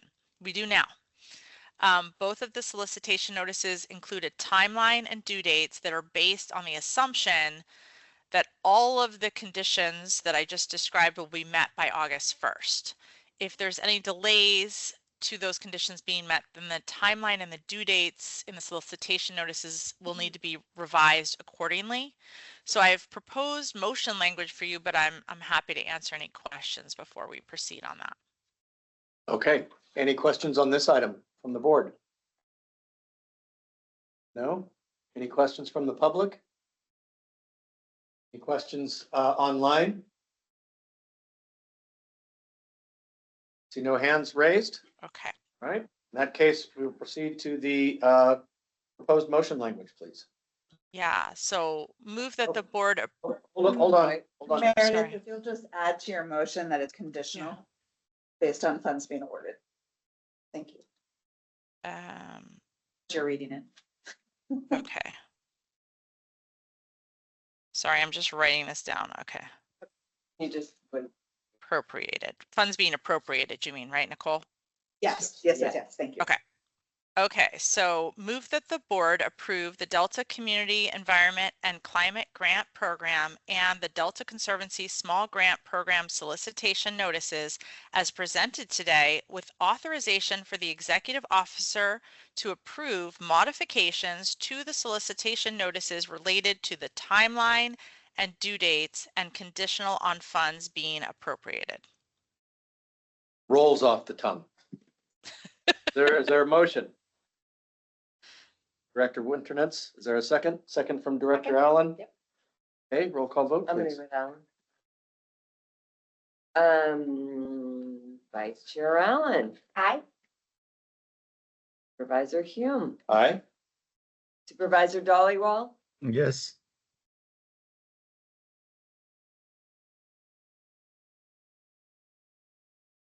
Board Member Winternitz. Yes. Board Member Udang. Aye. And Board Member. Aye. The motion carries with 7 ayes. Thank you all. This represents a tremendous amount of work on staff and a lot of work ahead, but it's also very exciting. Hopefully, more solicitations and bring more benefit to Delta. So appreciate the consideration. Amen to that. Job well done. Thank you. Okay, that concludes our action items. On to item number 14. Item number 14 is our usual update on the implementation plan for the year. Always provide the board with a mid-year status report on work that's identified in the implementation plan and that was approved by the board in January. So you all approved the implementation plan in January of this year, 2026. And I'm going to try to make this brief. This is the document is on page 63 of your packet.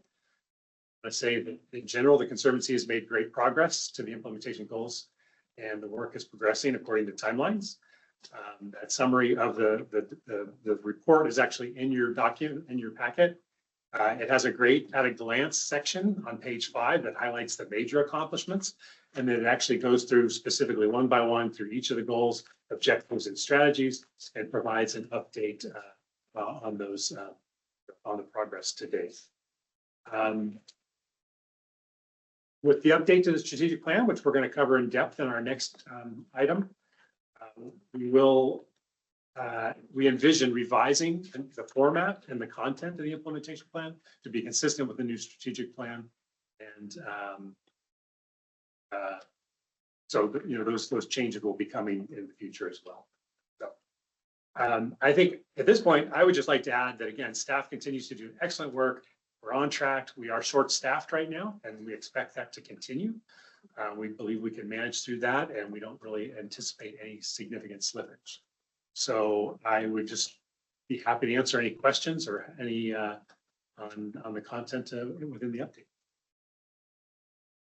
Okay. I would just note on the 3rd page under the Sacramento-San Joaquin Delta Conservancy We should change Karen Burr's title to Skipper Outer. So Wow. That's a, See what happens?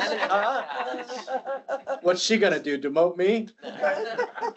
Are there any questions on this item from the board? You're, oh, second, the change in the language? Uh-huh. I retract my second. I retract. The joking will continue until morale improves, okay?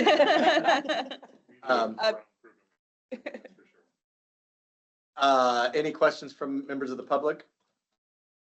Any questions online? Okay, seeing none, this is informational. Thank you to staff. Good work. On to item number 15, please.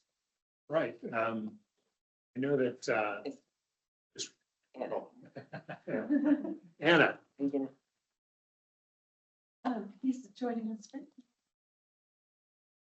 Yeah, so I'm sitting here in place of Karen to introduce you for our strategic plan listening session. So this is agenda item 15 on page 87 of your board packet materials. And I'm actually here to introduce our guest speaker, Mark Smiley, who will be joining us momentarily. So the Conservancy is collaborating with Metamorphic Consulting to create our 2027-2032 strategic plan. So today you will hear an overview of the planning process. You will be presented with community engagement feedback we've received through listening sessions and interviews, and then engage in a guided critical issues discussion. So helping us navigate all of that and representing Metamorphic is Mark Smiley. So for more than 30 years, Mark has served as a guide, a resource, and a partner with hundreds of organizations committed to healthy communities, vital nature, and equitable systems. Mark has worked extensively with groups focused on conservation, climate and sustainability, historic preservation, affordable housing, and health and human services. He has published books on board governance, strategic planning, and fundraising, as well as dozens of articles in journals and periodicals. So with that introduction, here's Mark, and actually maybe I'll switch with you so you can plug in and be closer to the. Hello, folks. Thanks for the opportunity to come and guide you through a conversation about strategic planning. We've been doing some work, as you've heard, about listening to some of the folks in your community and partners and within the organization. And so we really want to take you through essentially three things here quickly. First one is just a quick overview of the planning process that we've initiated so far, what we plan to do with that. And then some of the feedback we heard. I think you've all had a chance, I hope, to look through the background document, review the results of the engagement summary that we have. There's some very interesting and important, I think, conclusions that came out of that conversation, those conversations. And then mostly I want to take you into a couple big questions. Strategic planning is sometimes made very difficult. I think it's actually easier than we think. It's about identifying the right questions and taking us through those questions, really understanding where is it we want to go and how we want to get there. And with an organization like yours, it's important to distinguish what the board's job is in terms of providing direction to the organization and what the staff's job is in terms of following that direction and guiding the implementation. So we're going to talk about the questions that are sort of at the top of that process, sort of the top of the strategic direction. But there are a number of other questions that we're going to be working through tomorrow with a planning team and some additional staff members to really dig in more specifically on those questions. So let me just jump right in. Our process really is pretty straightforward. We have 3 steps to it. I think every planning process really has these same 3 steps. You first want to understand and listen. What are the needs and issues that are important?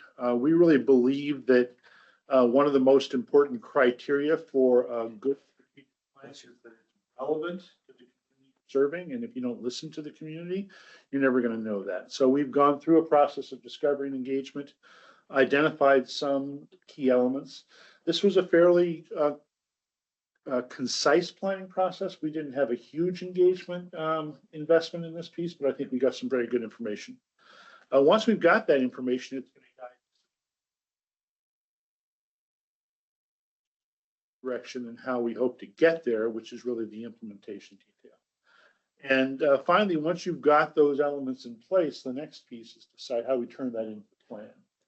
The two places where I see planning fail most often is we jump right into talking about big ideas without understanding the context and the sort of where we've been and what we've been able to accomplish. So that first phase for us is very important. We also believe that developing a strategic plan is not just about strategy, it's also about strengthening the culture of the organization. These conversations that we're having, I think, are absolutely essential. The one tomorrow will build on that. There's a pretty famous consultant, Peter Drucker, who said, culture eats strategy for breakfast. So I think that's a concept that's really important to recognize, is it's not just, you know, what are the good ideas, but how do we create the organization and the climate that can be successful for that? So that's sort of built into the way we go about this process. The other big mistake, I think, is that people talk big ideas and think about the big thoughts that are important, and then they do what they've always done. So they don't necessarily translate that direction into changes of approach and style and so on. So we really believe that you need to link all three of these pieces together, making sure we listen first, but also making sure that we listen to our own decisions and use that to guide and refine the scope of work that fits into this, the overall plan at the end of the day. One thing I guess I will say, well, here, I'll do it this way. The STAR, this is where we are now. We're right in the middle of this process. We're starting that decision-making, and our conversation today, I think, is going to initiate some of those big questions. In terms of what a plan looks like, here's one of my favorite cartoons that we have of what a strategic plan looks like. And it's kind of valuable to sort of see how this works. There's a bunch of information in this graphic. The first is that everything starts with need and vision, that, you know, our role is to have some impact on some either need or vision that has been defined. For an organization like yours, to some degree, that need and vision is defined by mandate. To the degree that you're an independent organization, you can establish that niche, that little piece of the pie on your own. But I think when you have mandates, you have to follow those mandates and also still determine what is it we do and what we don't do. So the framing of that initial piece of the pie at the top of that image is, to me, all important. And you're going to hear me talk about this a fair amount today. I think that the general statement I would say is that people believe you're doing great work. You've got great relationships. You do a good job of collaborating. But the challenge is what most organizations face, and that is the need significantly exceeds the capacity to address that need. And that's probably the most important message we have to know. The need to address the scope of need that you all address as an organization, as in partnerships, is so much greater than your capacity to address that. That's why we have to make choices. And so therefore, probably the most difficult thing you're going to do is decide what not to do. And I think this becomes increasingly difficult because the more you're seen as a leader, the more you represent success, the more people are going to ask of you, the more they're going to say, hey, you can do more, you can carry more water on behalf of the needs of this region. But that doesn't mean you necessarily got more capacity. So I think this issue of sort of balancing what is the capacity we have and what can we do within that capacity is a critical component. Moving down the pyramid, you move from general to more specific, from the high level, what impact we want to have, mission and goals, to the more specific straight statement of how we're going to approach that, strategies and programs and projects. And then finally, the implementation of those ideas, which really are the work plans and the budgets. So what this diagram represents is not one document, but typically three. A strategic direction document that is essentially the province of the board to say this is the direction and the impact we want to have. The second level is essentially program strategy. That's where you have great managers on your team, on your staff, who are going to figure out how do we get there? What is the best use of our resources? A lot of what we don't do happens at that second level, although the board can categorically sort of define the edges in some ways. And then the third document is really your annual plan or implementation plan.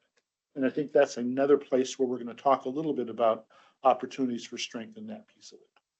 So the board sort of lives at the top of this diagram. The staff sort of lives at the bottom of this diagram. It's not as simple as saying the board does one part and the staff does the other. It's a collaboration that happens. But it is important for the board to provide that leadership up front. And that's the conversation we hope to have today, is how can you provide direction and leadership so that the conversations that follow are following that path, following those guidelines. And I hope that the questions we have today are going to provide that framework. All right. So what we heard, again, the background document outlines this. I'm going to assume everybody's had a chance to read this. My original intent was to sit here and read that whole report to you in a slow, quiet monotone. Move to adjourn. Campbell suggested that wasn't the best way to approach this. So I'm also going to assume people had a chance to look at this. So I don't want to go over a lot of what you may already know. But here are the headlines that, the background report provides this summary and significantly more detail there. What we heard, again, this is an important priority and starting point, is that the Conservancy is trusted, collaborative, and uniquely positioned. And there was lots of feedback from the partners that we work with that this is a great organization to work with. We have staff that are collaborative. They are willing to problem solve. They're not fixed. So I think the nature of the organization and the way in which it's responded to its responsibility and its mandate has been very powerful and well received. What I said earlier, I think, is, again, one of the most significant issues, which is the needs are growing faster than available resources. And just the issue of sort of climate resilience as a particular example feels to me, like many, is accelerating as a need and a priority. And the capacity to address those needs are not changing in any significant way. I think you're also finding that more and more of what we didn't know, we now know, and that gives us even more responsibility. So this whole question of how we focus and what we do, I think, is going to be particularly important, which is why, number 3, I think many folks felt like there was a lot of opportunity for the leverage that you're uniquely positioned to provide by essentially looking at multi-benefit projects that sort of help address multiple needs. You're not addressing one particular need of the Delta. You have a variety of responsibilities. You have in your past projects that I think have illustrated this multi-benefit approach to your work, and the degree to which you can continue to do that layered level of programming, I think, was received very positively. Conservancy needs a clear path from vision to implementation. And I think this is, again, part of the challenge, is that recognizing that our resources are limited, there's only so much of an implementation plan we can create that addresses the scope of the need. And yet, I think people, the partners and people inside the organization feel like a little more clarity about how we define our implementation details, what we do and what we let go of. And also just the clarity of the work plans and detail was part of what people gave us feedback on. Let me just introduce an idea that many of you may know, but it's a surprisingly powerful tool and a simple one. And that is to distinguish between what are your base programs and budget items and the contingent activities that you will do based on additional resources and additional opportunity. What that does is it gives you a chance to start with an aspirational look at what's necessary. I think plans need to have aspiration to them. They shouldn't be too constrained at the beginning. And it gives us the ability to constrain it at the point of doing implementation, which I think is essential. Too often what happens is that we dream big thoughts and then we go to the staff and say, okay, do it all. And that can be overwhelming. And so the idea of clarifying what is broadly within our vision, but what specifically is in our plan, I think is a critical component of that. So here's one of the big things that we've heard, and we hear this all the time working with conservation-based groups, is that stewardship remains the unresolved issue. There's an old joke in the conservation world, which is land protection is like sex and stewardship is like raising the child, right? So it's easy and fun, that first part, but it takes a lot more time and resources to say, what do we do with it over the next many generations? That is the responsibility that we have. Wait, but it's a good analogy. Some things you can't unsee, Campbell, so. And anybody that's graphic, but it's really true. This idea that the long-term responsibility is this. I've got two grown men who seem to still be part of my family's dynamic. And I think that's not a bad thing, but I think the idea of understanding how these stewardship issues get resolved is important. And to recognize our partners are struggling with these same questions, because they don't have an abundance of resources that exceed their capacity as well. And then finally, I think continued outreach with the public and partnership with the various sort of stakeholders and interests in what you do are going to be critical. And it may be both important in terms of refining what you do in a way that is seen as collectively appropriate, as well as maybe building the support you need, the constituent support you need to help grow your capacity, which is obviously not entirely within your control, mostly outside of your control. So this is a whole lot of stuff. This is 6 big bullets that we take away from the report. This, I think, is 6 main points that fell across like 4 pages. So there are a number of bullet points that sort of illustrated and emphasize these details. I just want to stop and see if there's questions I can answer or things we should dig into about these findings. One of the things I think it's important to recognize is that when you go out and talk to your partners and ask them what do they think, they're going to give you their feedback. And sometimes they're right, but not always. So a lot of times the perspectives and the feedback you get from those processes are not a little, can be a little off of what you know to be true. But knowing that the people that you work with and partner with have those perceptions can be valuable in and of itself. So I think it's important not to dismiss them, but just to recognize the context in which you received it. Let me just stop and see if I can answer questions. Okay, any questions at this point? It's like everyone's tracking. Was there anything in the background report that surprised you or didn't seem complete or somehow felt like, I'm not sure, deserved more depth? You pushed pretty hard to try to get the specifics behind it.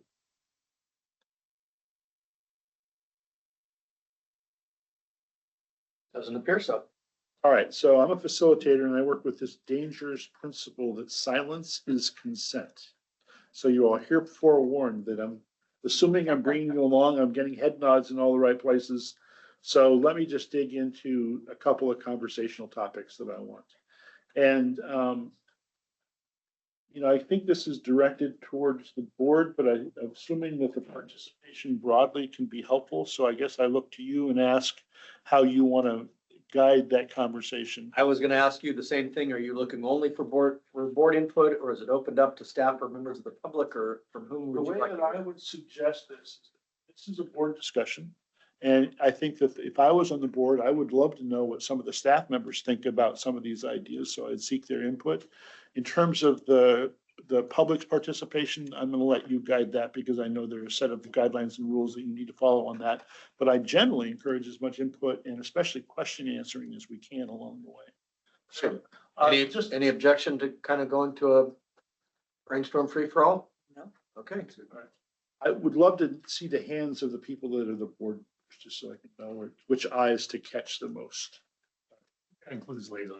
Yeah, I'm trying to. It's an odd table where I have to lean way over here, so I would. I see the back of your head. I can see your mouth move. There's a reason why they create round tables for significant negotiations. So, all right. There's one board member online. Okay, so board member online. Have a hot stop at 11. Thank you so much. Thank you for being here. If I keep at this, I'm going to have enough people out of the room that it'll be really. Board member who's online is Supervisor Dollywall. The one on camera. And the rest are members of the public. Dolly. Dolly will. Dolly, I'm going to count on you sort of raising your hand and sort of jumping in as you can and need to. So let me know along the way if there's anything that you want to add to the conversation. Will Okay? do. Yes, All sir. Big question is a big one. And I think this is especially an important piece of what the board's responsibility should be, which is to clarify what's distinctive about what this Conservancy is responsible for doing? What should frame the direction? Where are the places that we want to lead? Where are the places where that we see that we need to be partnering and not necessarily the front? And where are some things that maybe we have been asked to do and maybe we need to step back from? So there's a bunch of questions in here, and let me just sort of go through those a little at a time. The first one is distinctive. What do you think is most distinctive about this organization that should reflect itself in the strategic plan? Anything that jumps out in terms of the specific and unique character and role that this organization has? Would it be appropriate to point to the uniqueness of the geographical area for which we are convened? Absolutely. Charged? Yeah. I love that that map's on the wall. Yeah. And perhaps also the government structure. Talk to me a little bit more about the governance structure. Well, you have the local and state. Don't always see eye to eye. Yeah. But they're here. Built into it. And so you have that sort of stakeholder model where those stakeholders are in the same place working together. Good. What else? I think along those lines, the fact that the Conservancy doesn't have a regulatory role, and so it kind of takes out some of that, and so we're able to focus on kind of the things that are, I think, easier for us, state and local, to come together on. Right. This came out quite a bit in our feedback. It was in the report, is that this sort of puts you very much on the partnership side, not the sort of enforcement side, which is nice. Especially nice if there's someone who's strongly on the enforcement side that is effective in doing that role, because I think that regulatory side gives us freedom to not have to step into that. That makes a lot of sense. What else? There's so many entities, and I think it's really important that protect and improve the delta, that it's important to make that distinction clearly. So because there are so many, I think what I hear you saying, I'll say it back, I guess, is how are we completely distinct from them? And especially difficult since we partner.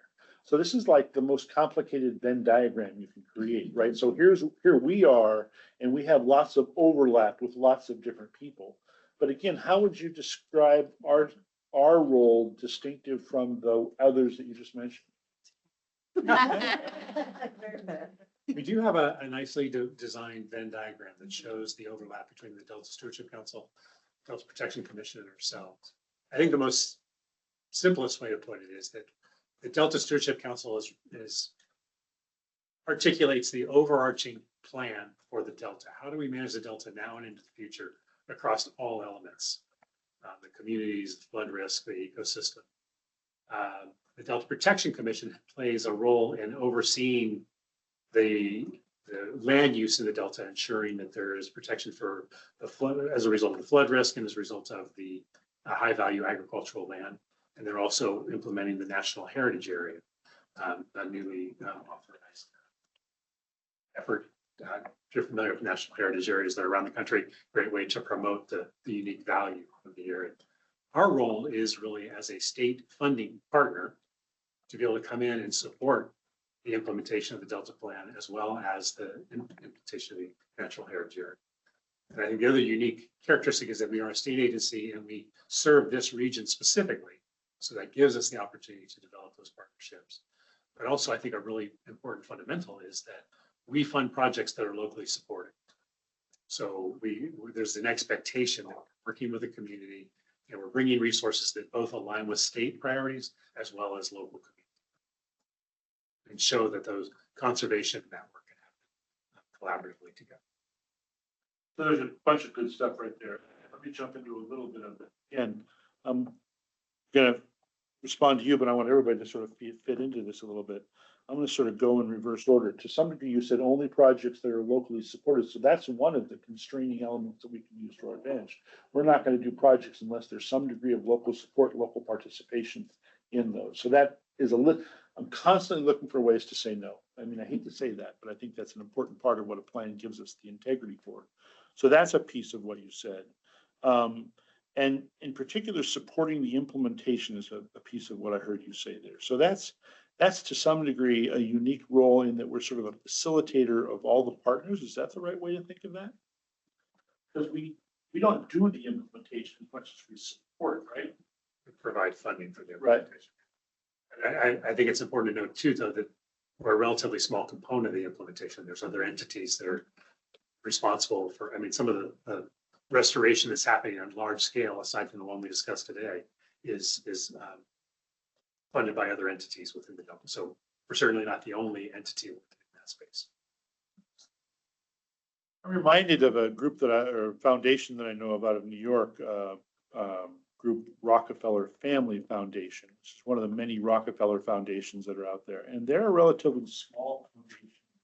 Last 30 years has really outpunched their weight in terms of participation. What they've done is that they've been a leader and a convener and a catalyst for work, and sometimes the first money in, and they bring huge amounts of partnership dollars and other kinds of resources in. So it feels to me like that in some way is the kind of role you can play, is that you can be not the only money and maybe not always even the biggest money, but sometimes the early voice and the early resources that can help catalyze it. Does that sound right? Or do we have a different kind of relationship? That's correct. And it's a little of both, right? I think for smaller projects, we are the funder, but we've on a number of occasions through our history, we have convened groups that have started overall projects, provided initial planning funding, and then with the expectation that they're working collectively to find resources to do larger things.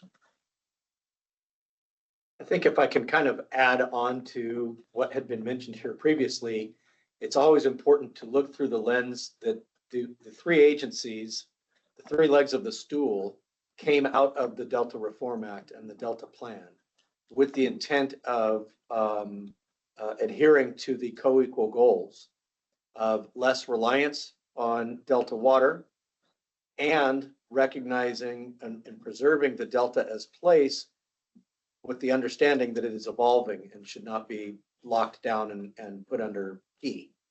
And so, in that lens, there is sort of a different regulatory role that the Stewardship Council plays versus more of an ecological and agricultural role as a funding partner that the Conservancy plays versus more of a land use and agritourism and national heritage area implementation role the Delta Protection Commission does.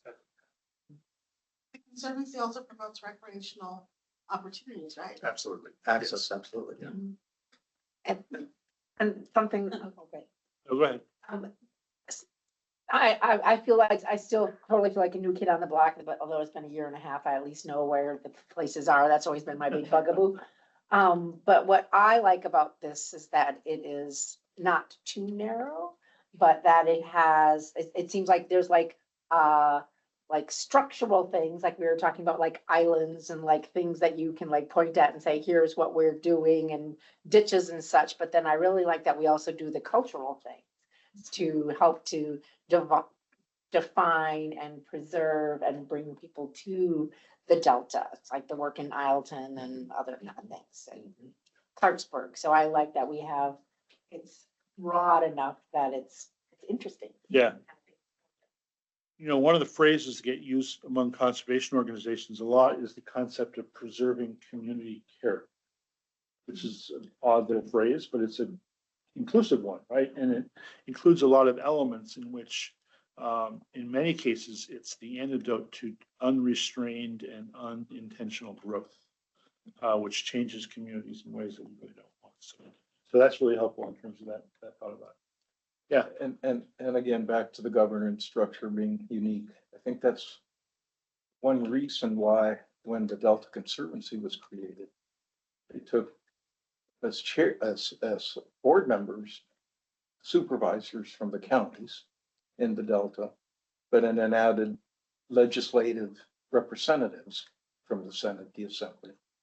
But with the provision that the chair would be from the county all the time. So state representatives cannot be chair by that. But even the state representatives are sort of locally based state entity, state leaders. Does that make sense? Yes. Yeah. Yeah, absolutely. Yeah. But a bit of focus on local is right. I would just say it's a circumstance a bit because we're in Sacramento. And so we have the department director, the Secretary for Natural Resources Agency, recruited by Gloria. And then we have the Department of Finance, which are statewide organizations, but they're local in the sense that we're just across the river from them. So they have statewide. One of the questions I guess I have is if you can imagine, part of what we're asking in this discussion is where do we want to be 5 years from now? We'd like the Conservancy to be, what we'd like our relationship to be. So given the nature of our relationship and role currently, how would you like to see things different? You could wave your wand, make things different. Now, I want to just warn you, there's a difference between vision and hallucination. So we have to work within that reality. But to some degree, I think we need to figure about what we aspire for this to be long-term for us to create the scaffold. So what are some of the things that you would think might be different, or it could be reinforcing a strength we have, which I think is always an important starting point. But also, are there other elements of what we don't do now that we might want to do, or things that we do now we could let go of or refine? Campbell, how does the legislation feed into this where the Conservancy could potentially be expanding your boundaries? It's a really interesting question. Because I was just thinking. because a vision of where you could be might be different in 6 months if that legislation passes as part of this strategic plan. And the whole need capacity ratio changes dramatically all of a sudden. Mark, I'd love to hear your thoughts on this. I mean, I think we're in a situation where we're due to update our strategic plan. In the midst of that happening, there's legislation that could significantly expand and make us probably crack that open and expand it and do more. So I think given the uncertainty about the bill, whether or not it passes, we're kind of focusing on our current footprint, but maybe with an eye to the greatest extent possible of what does happen if that bill passes and our area expands significantly, and how would we accommodate that?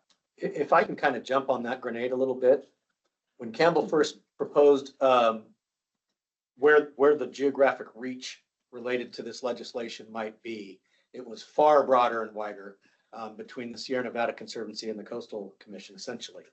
And what I suggest to him is, for me, a lot of the charge and purpose of this organization has to do with the health of the Delta.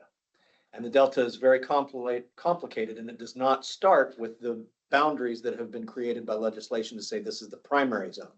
It starts up in the watershed. And so, as was discussed when we were talking about, the putting the food source back into the system, there's a lot of interconnectedness and interrelatedness of the system that I think the Delta Conservancy can lean in on, recognizing that the Delta is not what it was, maybe should not stay what it is, and has a lot of different paths, divergent paths of what it can become, and how we factor into that. That's if I'm going to build on that a little bit, that's a really important point. And I think our legislation actually allows us to work outside of that boundary for ecosystem projects, provided that there's a direct benefit to the Delta. So in some ways, I think that does provide us the latitude to think a little bit more about the potential expansion, given that we can all do some of that in that way. So that might be something to sort of, how we thread that needle, I'm not sure, but it's something to recognize that we can already do work outside that benefits the Delta and the watershed.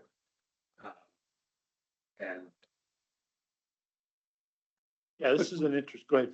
But with that implicit recognition of expanded boundaries, there will also be expectations, which will add tension to the work that the Conservancy is already doing, unless there are increased resources to provide for that.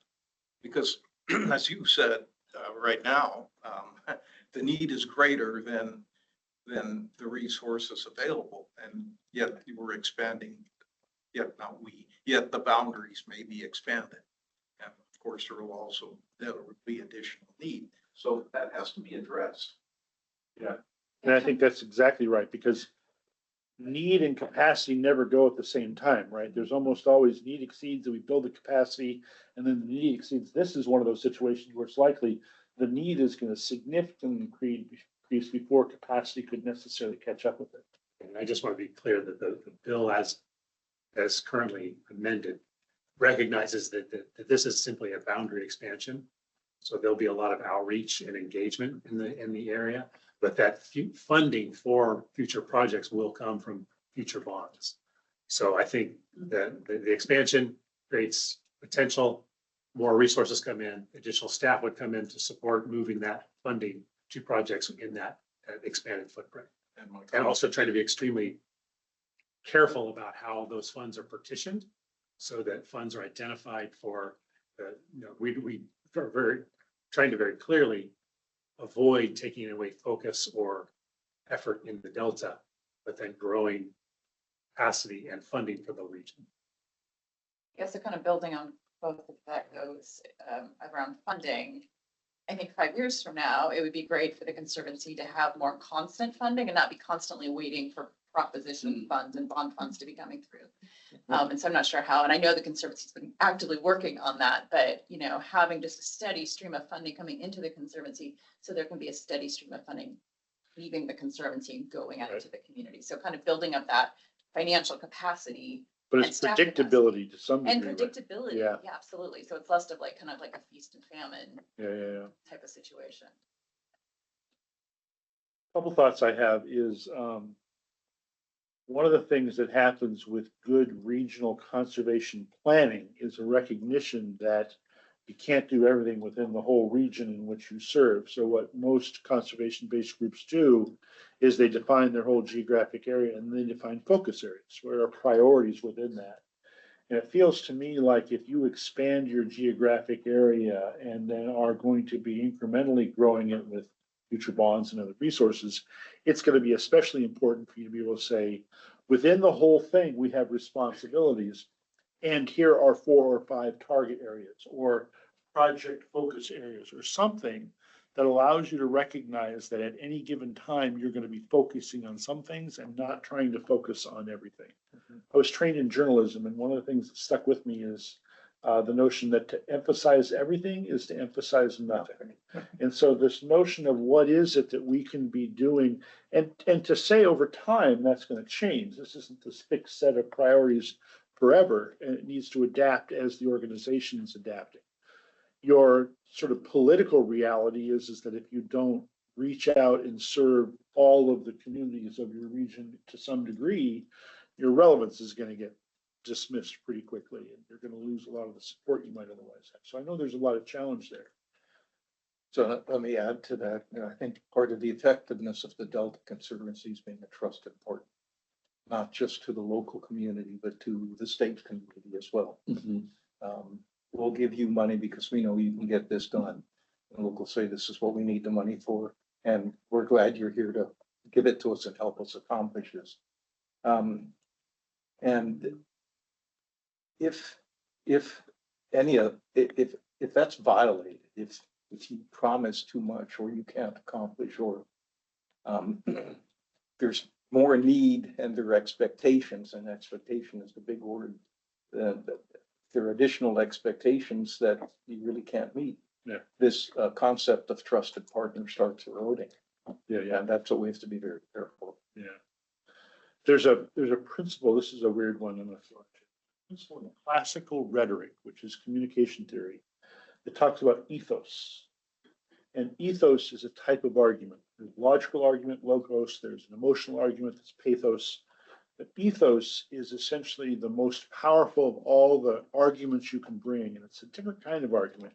It's the credibility, integrity, goodwill of the speaker. And I think applying that principle to organizational partnership is important. Let me say those 3 elements again. The credibility, the integrity, and the goodwill of the speaker. And so let's analyze that for the Conservancy. I think what we heard very strongly is that you're well received in all.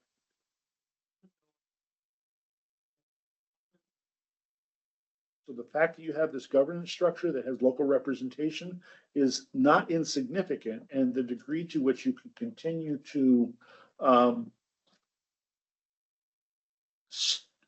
maintain strong leadership visibility because of that and how you select. I mean, no, this is important to you, but letting that slip means you're going to lose a lot of the credibility that comes with the organization. Integrity comes with plans.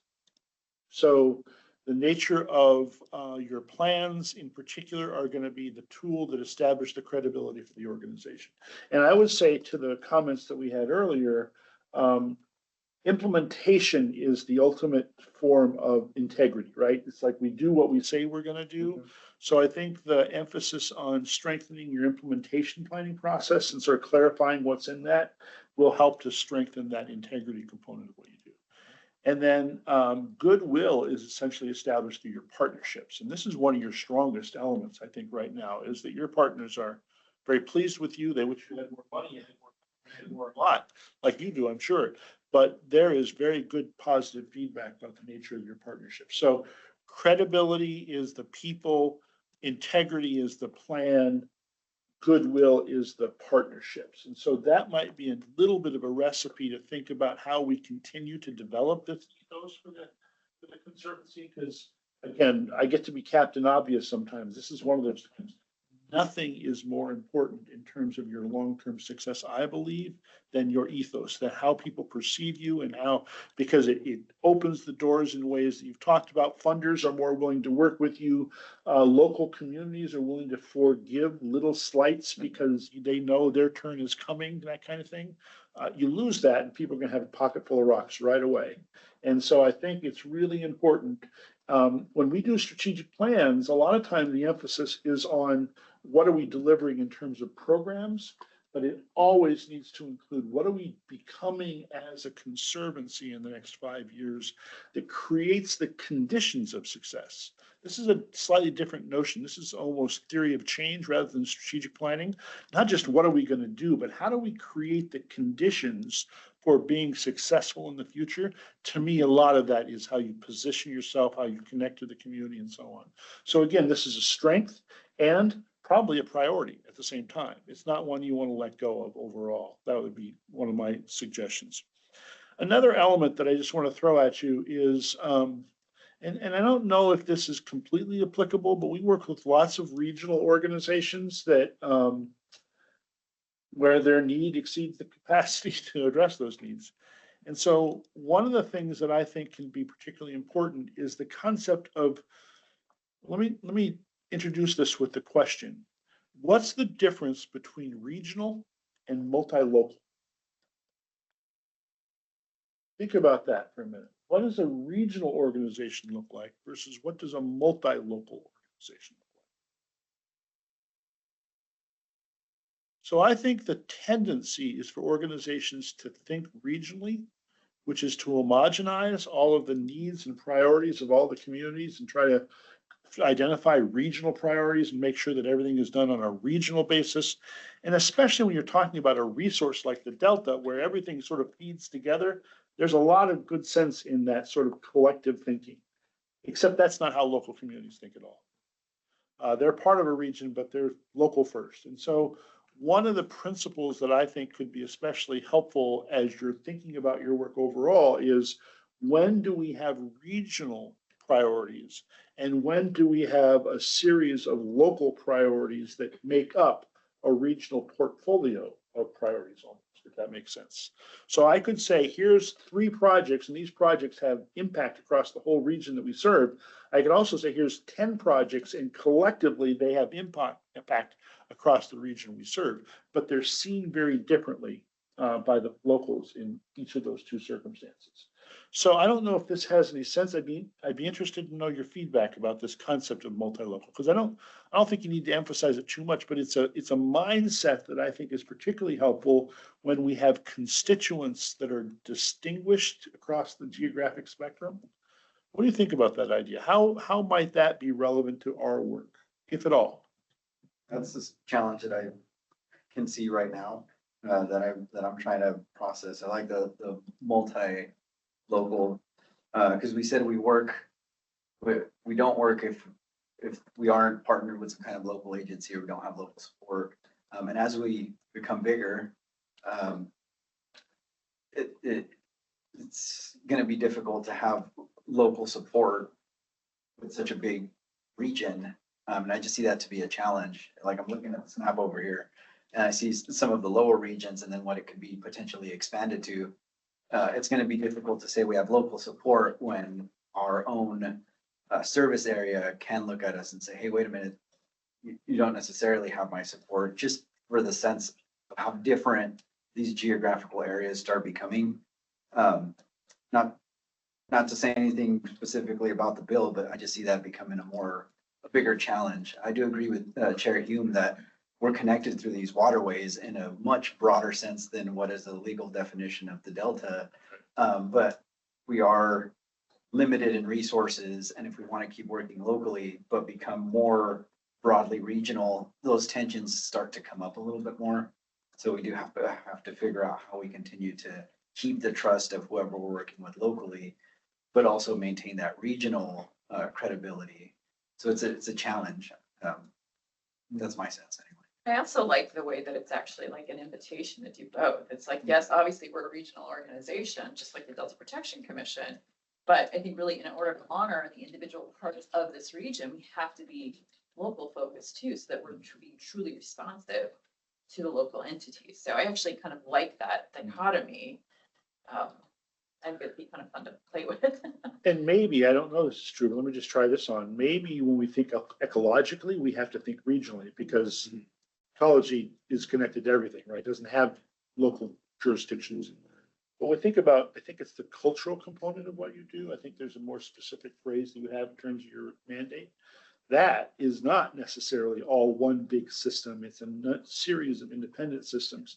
So it may be that we do them in different types of work that we do. The sort of local cultural, the community character work is going to be distinctive from place to place. And the ecological and system health probably has to fit together more completely because that's the way ecological systems work. They're not independent. That's probably the biggest problem is that they get managed too much in small and not in the grand sense. And that's what I think seems to be part of what the Conservancy is doing is bringing that sort of the whole resource to play rather than just parts of it. Any other thoughts about this concept of multi-local?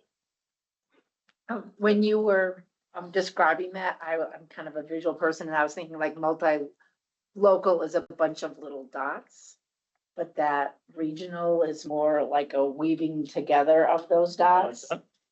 And when I'm thinking about the 5 years and if we do become larger, I think that that part of the challenge of this group will be to try to get those dots to be weaved into the broader, because I can tell you that for just me, that I feel a little external sometimes, like, well, you're not really the Delta.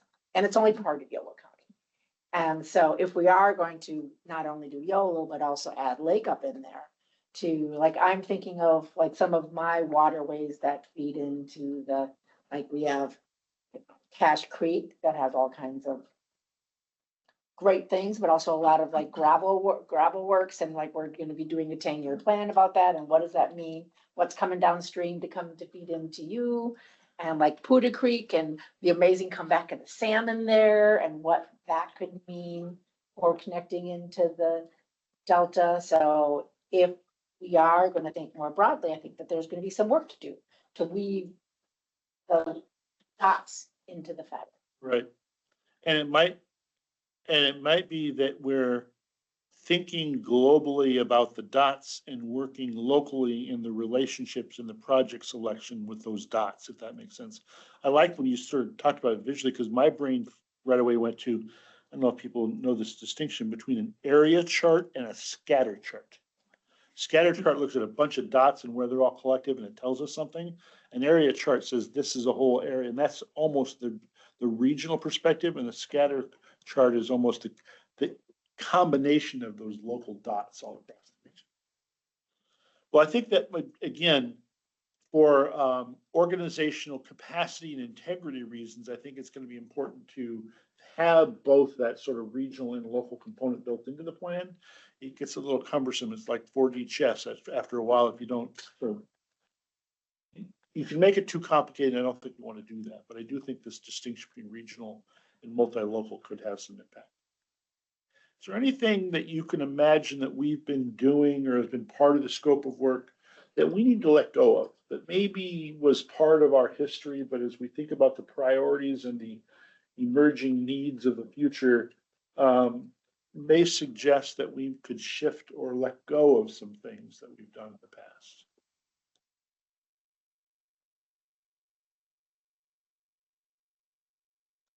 This is always the quietest part of every conversation. I think the guy who said he's been here since the start, maybe should say something. Which one is that?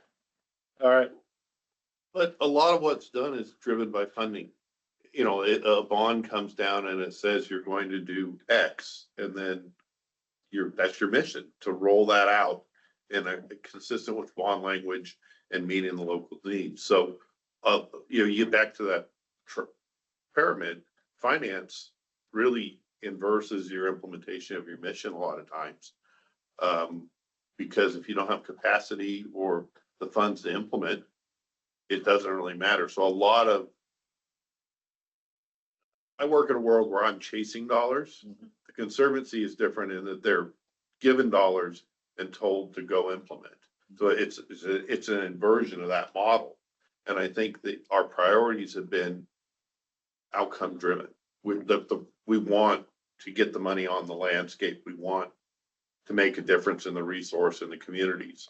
So that's the difference with the Conservancy. Is in a perfect world, if you had unlimited staff and money, it would be a different conversation. A lot of what's done is driven by availability. So that's a perfect thing to tie back to what you said earlier, Amanda, which is if we could change the nature of our funding stream, so it wasn't so periodic, but more consistent. It might, and wasn't necessarily too restrictive, but gave us flexibility.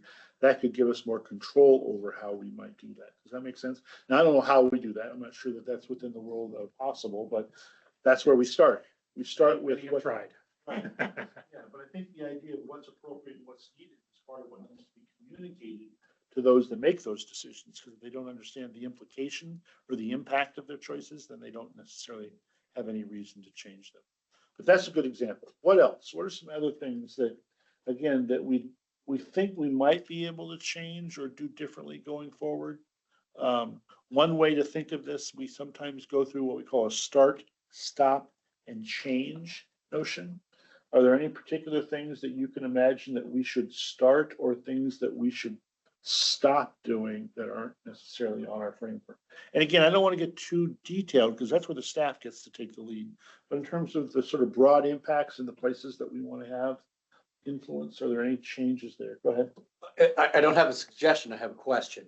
And that is, you referenced kind of our enabling legislation as it exists allows us to do projects outside the primary zone. And other people have mentioned funding as being a major constraint.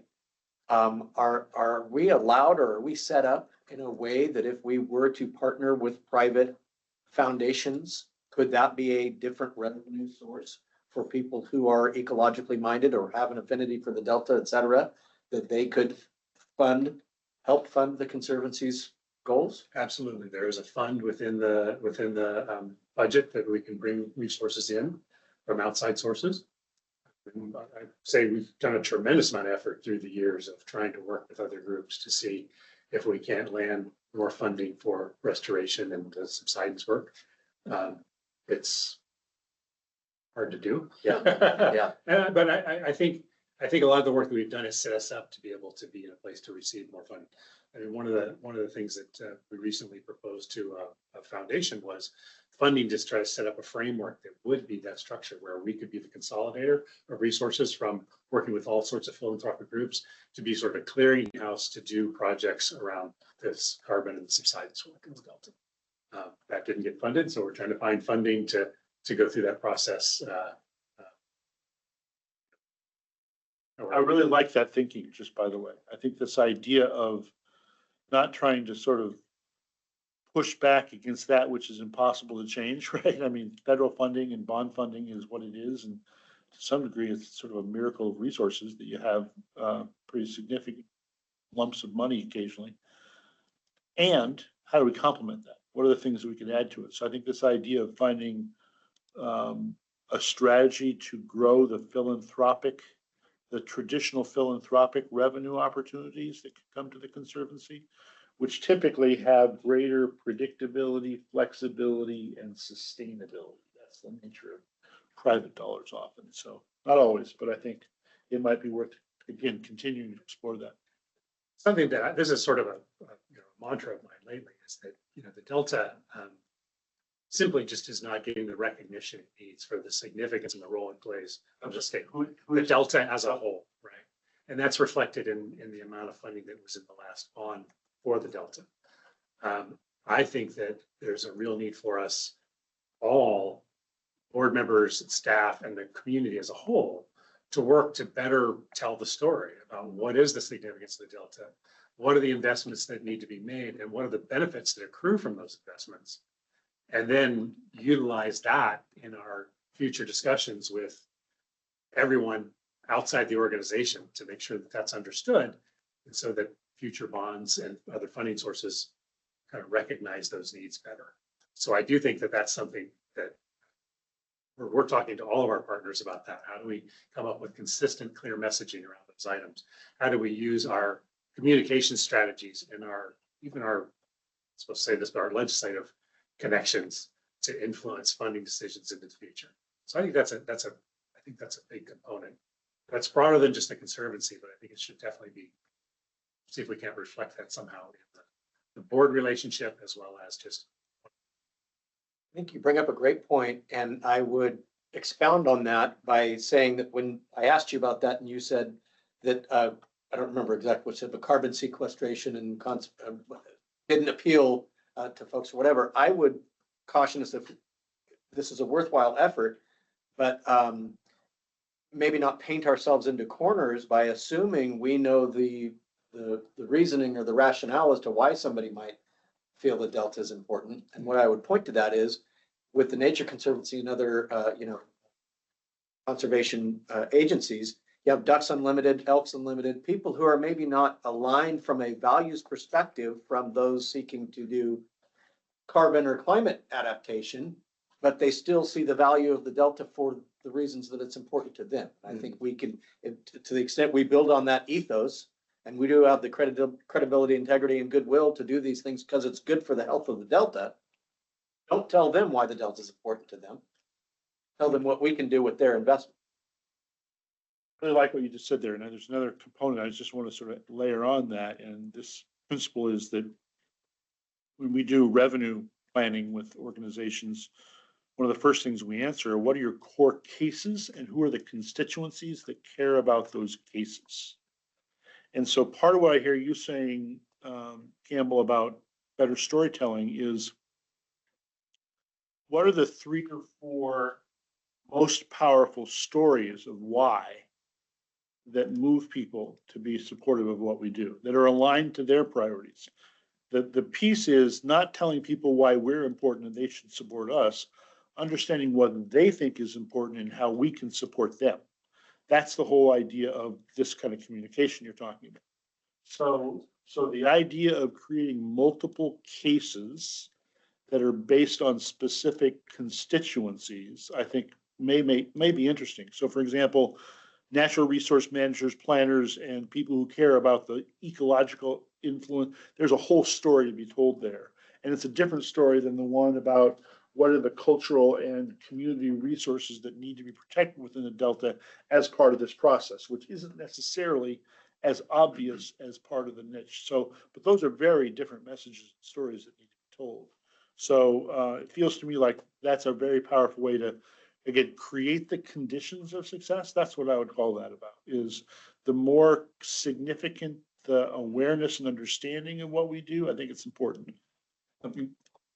But just to add to that, I think for many years, for too many years, the Delta has been known as this problem area. In fact, the term was derived for the Delta called a wicked problem. For any solution creates additional problems. Funders hear that, they know that. Why get involved in something that just takes the money and creates additional problems? Some of the work you've been doing shows that that's not necessarily true. There are solutions.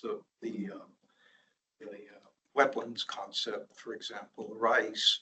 I mean, there are win-wins there, but it's hard to publicize that and to make people aware of the significance of that. Yeah, but essentially that's what has to be done. Yeah. And move away from that reputation as the Delta's just a problem place. Yeah.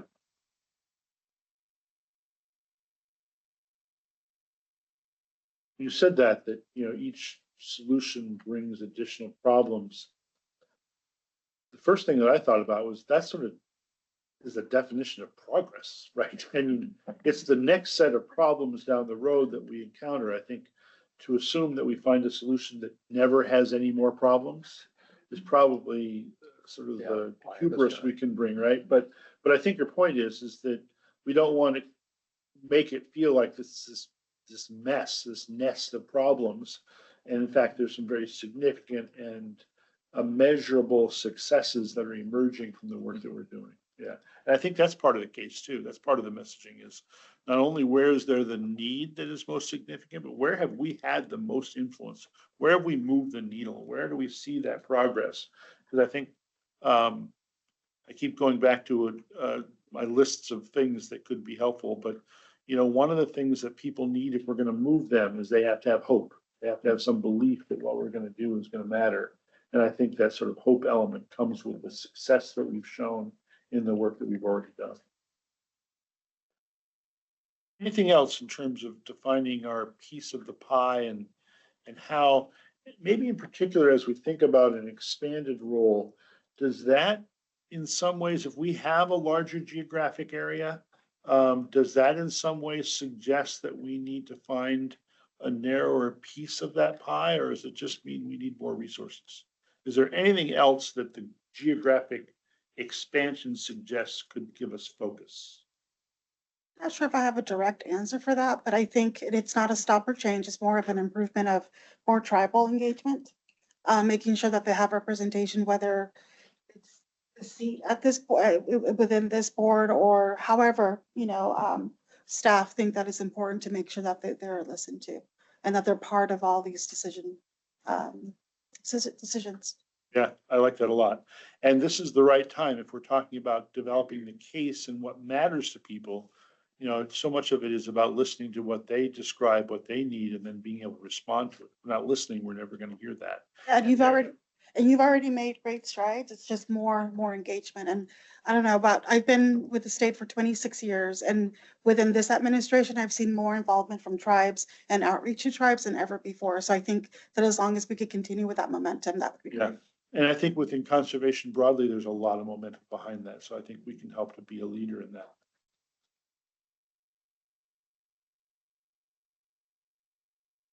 Dolly. Dollywall. Sunny Dollywall. Sunny first name, Dollywall. Yes, sir. Yes, sir. I just want to invite you into the conversation. I know you've been listening. I'm with you. Is there anything else in what we've talked about that you would add to or you would bring into the conversation?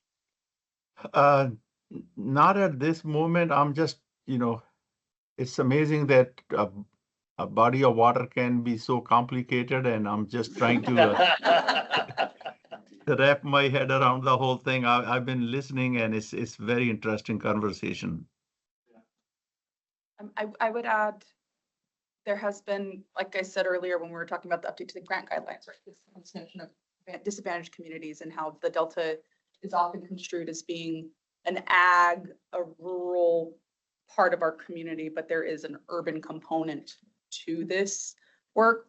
Comes down to the multi-local versus regional sometimes conversation. And I would love to see, as we are a good gap bridge builder for other partners and state agencies, us creating that kind of a role between urban and rural parts of the Delta, recognizing the interconnectedness between the two and that we are reliant upon each other, and what happens in rural Delta impacts urban Delta and vice versa.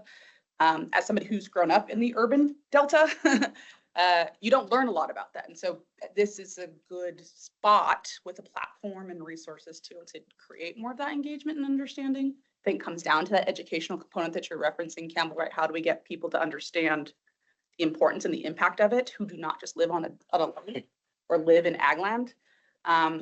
You know, Stockton has a port that immediately intersects with the delta and flows through the delta, but most Stocktonians couldn't tell you where the delta starts, ends, or intersects with other counties, right? They just know the delta is the delta. And so I would love to see if there is a way to increase that engagement and interaction across the cultures of urban and rural parts of the delta.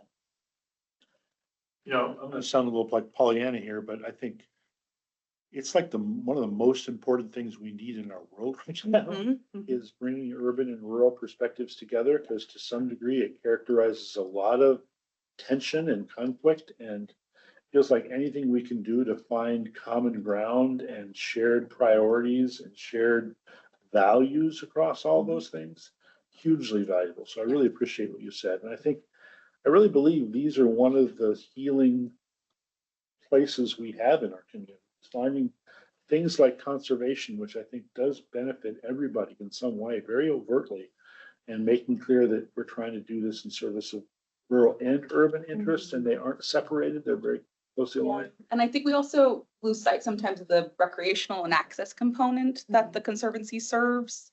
Not lose, but you know, the ecological is so important, and it's such a immediate need with climate change and subsidence and all that. But that recreational and access component is what drives the knowledge on the conservation side for folks, right? And so understanding the linkage between those two things, I think, can sometimes get lost outside of here. And so how do we connect those pieces for people to see those dots? So they want to be able to fund these sorts of things and understand what that can lead to. My time in working in the building in the legislature has shown, like, if you can create those pathways for people to see how they touch one another, you are more likely to be given funding. You're more likely to have sustained programming attached to what you're doing. And so I think that might be helpful. Just fun fact, again, I've been, one of the advantages of being old is you've been around a while, and I've been around in the conservation work for a long time. And one of the things that I've seen as a trend in conservation in the last 40 years is that in the first sort of 20, 25 years of the conservation movement, the focus was all on ecology, all on nature, all on how do we preserve. And in the last 15 years, there's been a much stronger emphasis on people and place.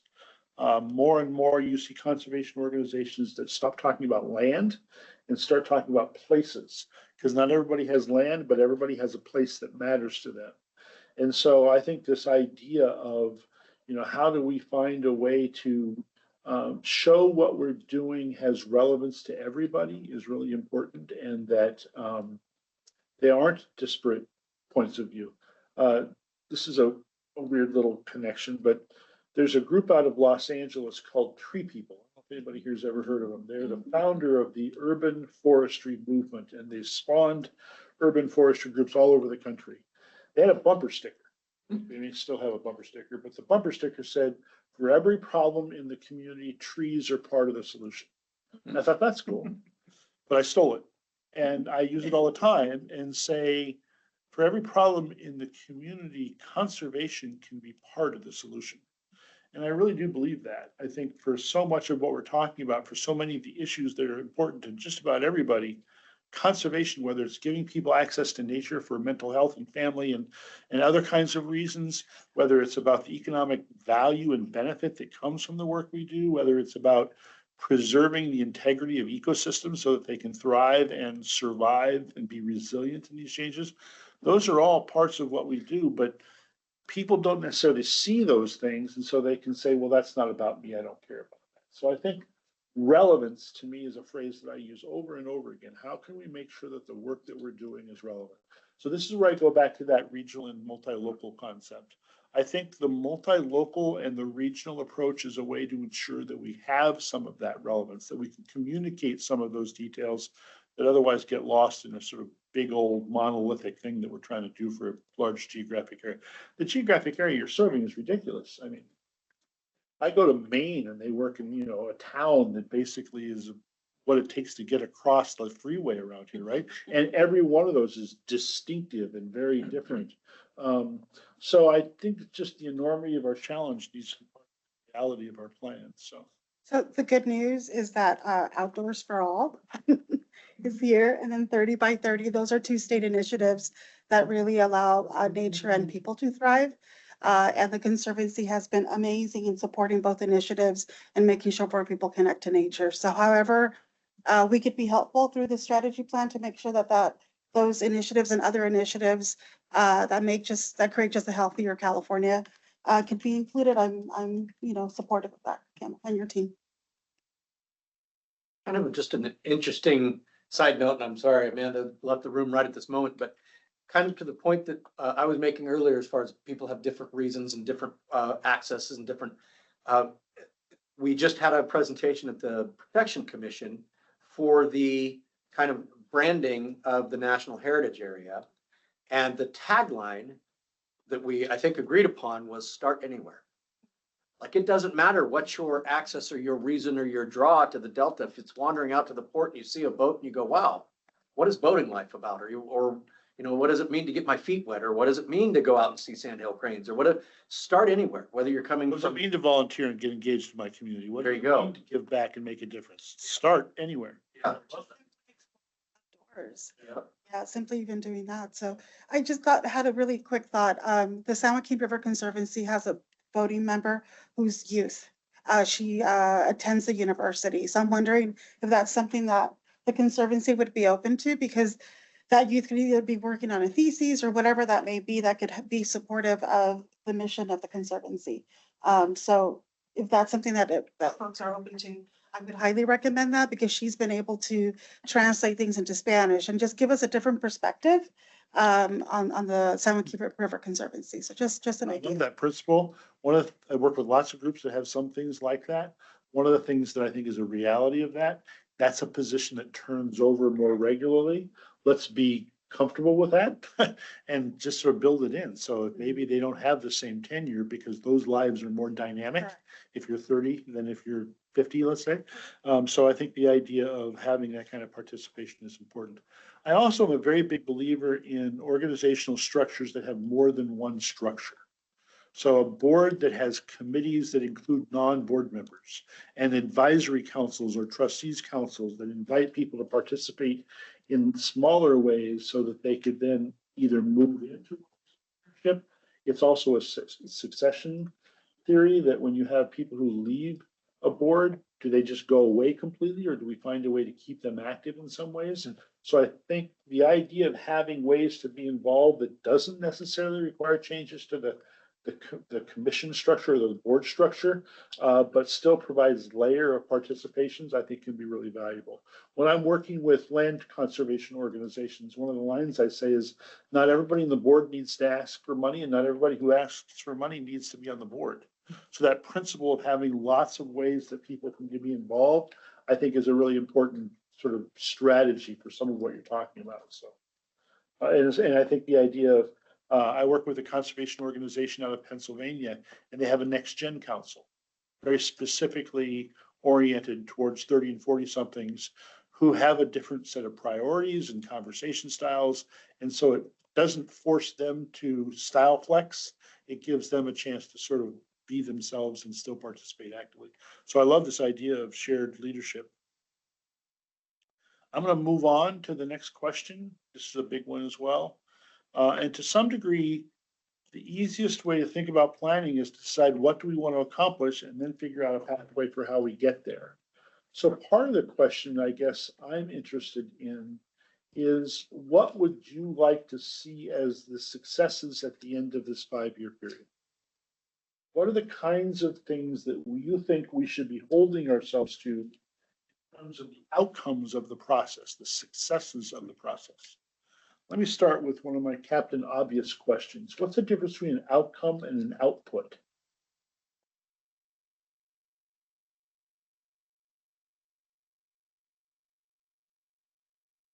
This is your strategic planning 101.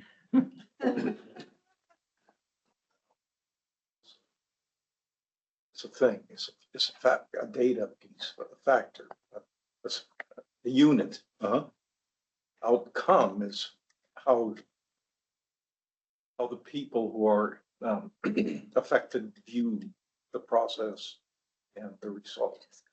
I like that. I think there's elements of that that are, I would agree with completely. There's some other elements I want to try to include. Anybody else have thoughts? There's a couple of different ways to like measure it, I think, but one output would be like, how much money did we give out versus the outcome, how much land did we conserve? Right. That's a useful framework. So one way to think of it is output is a measure of activity. So we have an event, we have 500 people show up. Was it a good event? Well, the output was successful. Did it change anybody's behavior? That's what the outcome is. So the outcome is essentially what difference it makes in the communities we serve. And so one of the things that I think is especially important is for the board to focus on outcomes. What are the differences we want to make in the next 3 to 5 years? And the staff's job is to focus on outputs. What are the measures of our program success that we're going to use to guide and manage those programs? The tendency is when we start getting into outcomes is for board members to start focusing on outputs, and that's not a good thing. That's when you start breaking your lines, and lines of authority can be conflicted. So very specifically, I'm interested in knowing what are the outcomes, the differences or the impacts that we'd like to see in the next 3 to 5 years. Let me encourage this conversation by starting by asking each of you to sort of get into what I would call a small group of one. Just give you a minute to think about what are 2 or 3 things that you'd like to see us accomplish by the end of 5 years in this plan. I'll just give you a minute to think about that. Mark, can I suggest, we've been sitting here since 9 in the morning. Maybe we take a little bio break and. I think that's a great idea. So yeah, why don't you take a break, however, 10 minutes, is that 10 minutes, take a 10-minute break, we'll come back and we'll dig into that question of outcome first. We're being fairly full. So, well, this is my last piece of our conversation, so we'll wrap this up with this.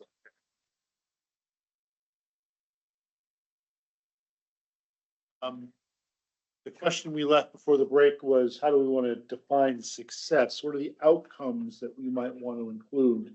So I'd love it just to have some of the ideas. Just to frame this a little bit, I'd be interested in knowing what are the outcomes that we want to hold ourselves to, and what are the outcomes that are more shared with our partners that don't necessarily just restrict ourselves to them, but maybe think about collectively what we're trying to accomplish. If I could just share that it's not a direct outcome, but an investment in employees. Because in order for the Conservancy to be successful with delivering, it's an investment in employees would be, not that it's not taking place now, but if you could just explore other ways that employees can thrive, that would be great. It's not a criticism, Ken.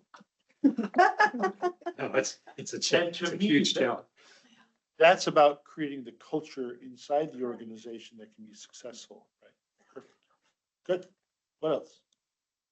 I really like you said that, because most often we talk about outcomes like, oh, we have a healthier ecosystem, or, this species has a greater chance of survival, which is all true. But if we don't have the organization outcomes, then we don't create, again, the conditions in the organization that can make it possible. I heard somewhere that culture eats strategy for breakfast. Sorry. I think related to that, I was thinking it's that trusted partner outcome with the ethos. That's those 3 points you mentioned associated with it. But that's kind of selfish, because that's just for the organization as an outcome. Yeah, it's selfish, but it's a means to an end, though, I think, right? Isn't it sort of how we can bring our best selves to that? So I think if it was the only thing we did, I'd be more concerned about the selfishness of it.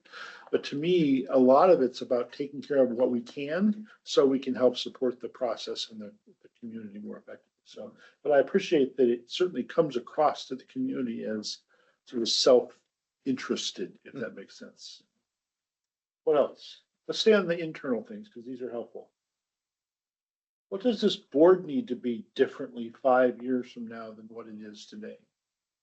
I would say boards almost always are made up of the people they need 5 years ago, and less often the people they need 5 years from now. I don't know that that's true for your group. I don't want to say that, but it is always interesting to ask if we could put our thumbs on the scale, how would we like to see our organization be different? So let me just ask that about the board. Any particular things you'd like to see differently in terms of outcomes as it relates to the board itself? I mean, I don't think because of the structure of the organization, it's mandated by state law. I would say there's been a turnover of the supervisors that are sitting with people changing terms or people stepping down and new board members. You get new perspectives. So that's kind of been nice. You have some stability with people like Jim Provenza had probably been on the board for 15 years. But also with him resigning and you He get turned out, he didn't resign. okay. But we get new blood and representation. So I think the board will continue to evolve as members participate, but we don't have a control in our organization to change that process because it's legislated by mandate that created The legislation and the mandate requires who is there, but is it possible for you to have influence over who participates, who gets selected? Or is that appropriate? For example, let me just say that a lot of folks will say somebody else decides who our board is, so we're going to be completely passive about that. Other organizations will say, well, we don't get to make that decision as a board, but we can certainly be setting up people to be in a position to get selected. Does that make sense? But the counties, like the county makes their appointment to the board, the legislature makes the legislative or the Senate. So the board is comprised of the local communities' contributions. Do you give directions to the boards in terms of how and who they select? I don't think we. Well, I wonder if maybe another way to look at it would be something that would be within the Conservancy's control. And I think about this at the commission, and maybe this is too in the weeds, so let me know. But is there more support that the Conservancy could give to, say, incoming supervisors, especially if they're newer to kind of working on kind of at this regional Delta scale, that would help fast track or support the work that you're doing and the decisions you're being asked to make? So I'm going to dump a bunch of information on you. I'm going to give you the 5 parts that go into a board development process. And too often board development is just seen as recruiting or nominating or something like that. But there's 4 other pieces that are most important. Orientation and training for incoming board members and ongoing for all board members. And then evaluation and recognition for board members. So what I hear you talking about is onboarding, right? What we know about onboarding or orientation is that it significantly accelerates people's participation. You know, if you're new to this, I think you said you're relatively new. My experience is the people that are relatively new sit back and wait until they got everything figured out because they don't want to step on any toes or create any, and that's a loss of participation until we get them up to speed. If we can accelerate the place where they're comfortable, we have more participation sooner. We also tend to keep people longer if they have that orientation. One of the most significant factors in the long-term retention of board members is how they were brought into the organization in the first place. So that orientation can actually have a long. That's a great example of something we can control that could have an influence over longevity, the degree of participation, how people feel about it, all those things. I would totally agree with that, with the exception of longevity. There are term elements. But do you have people leave before their terms are up? We have not had too many. I don't think it's any. Yeah, many. Yeah, I think one of the indicators I would have that we could do better on some of these things is that if people are like, yeah, you know, I've been serving for a little while, but I think I'm going to go away because I'm not sure I'm the right person or this is the right place for me. And often what they're saying is, I don't feel connected. And so therefore I'm just going to go away. So absolutely do a better job of connecting. And should. So great. Other outcomes we're looking for. Go ahead. Well, I was just going to say that I love when we get out in the field and look at things and have meetings there, which I mean, it's a whole day. That means I'm committing an entire day in a very busy schedule, but that's what makes this work more real. is I'm like, oh, now I see what you mean about needing to pump it out and that here's where the rice is and there's the, you know, oh, that's what a tow drain is. I had no idea that. So if people who come to this position can make the commitment to getting out there and going to those more remote meetings, I think that it's very helpful. And I was trying to figure out where in the data say this, so I'm just gonna say it so the day doesn't go by, is that I really, really, really hope we can bring back the Delta boat tour that almost happened. that I was so excited about, like, we're gonna get on a boat and I'm gonna actually be on the Delta and that we're gonna see, like, and have our legislators and things that was so exciting that really happened but didn't, so. Yeah, weather related. And the outcome or whatever, wherever we're trying to do for that, that's a Sheila request. So one of the things I like about what you both said is this notion that people have the information they need to effectively participate. Part of that's the orientation we give, but part of them is getting their, to get their boots dirty, right? We need to get your boots dirty a little bit, or else you don't really see and feel and understand the nature and implications of what we do. Because, you know, some of it is theoretical, but some of it's just really, really practical, and that's nice. What else? We're still on the internal. Effectiveness of the board. Okay. But in their ability to work together.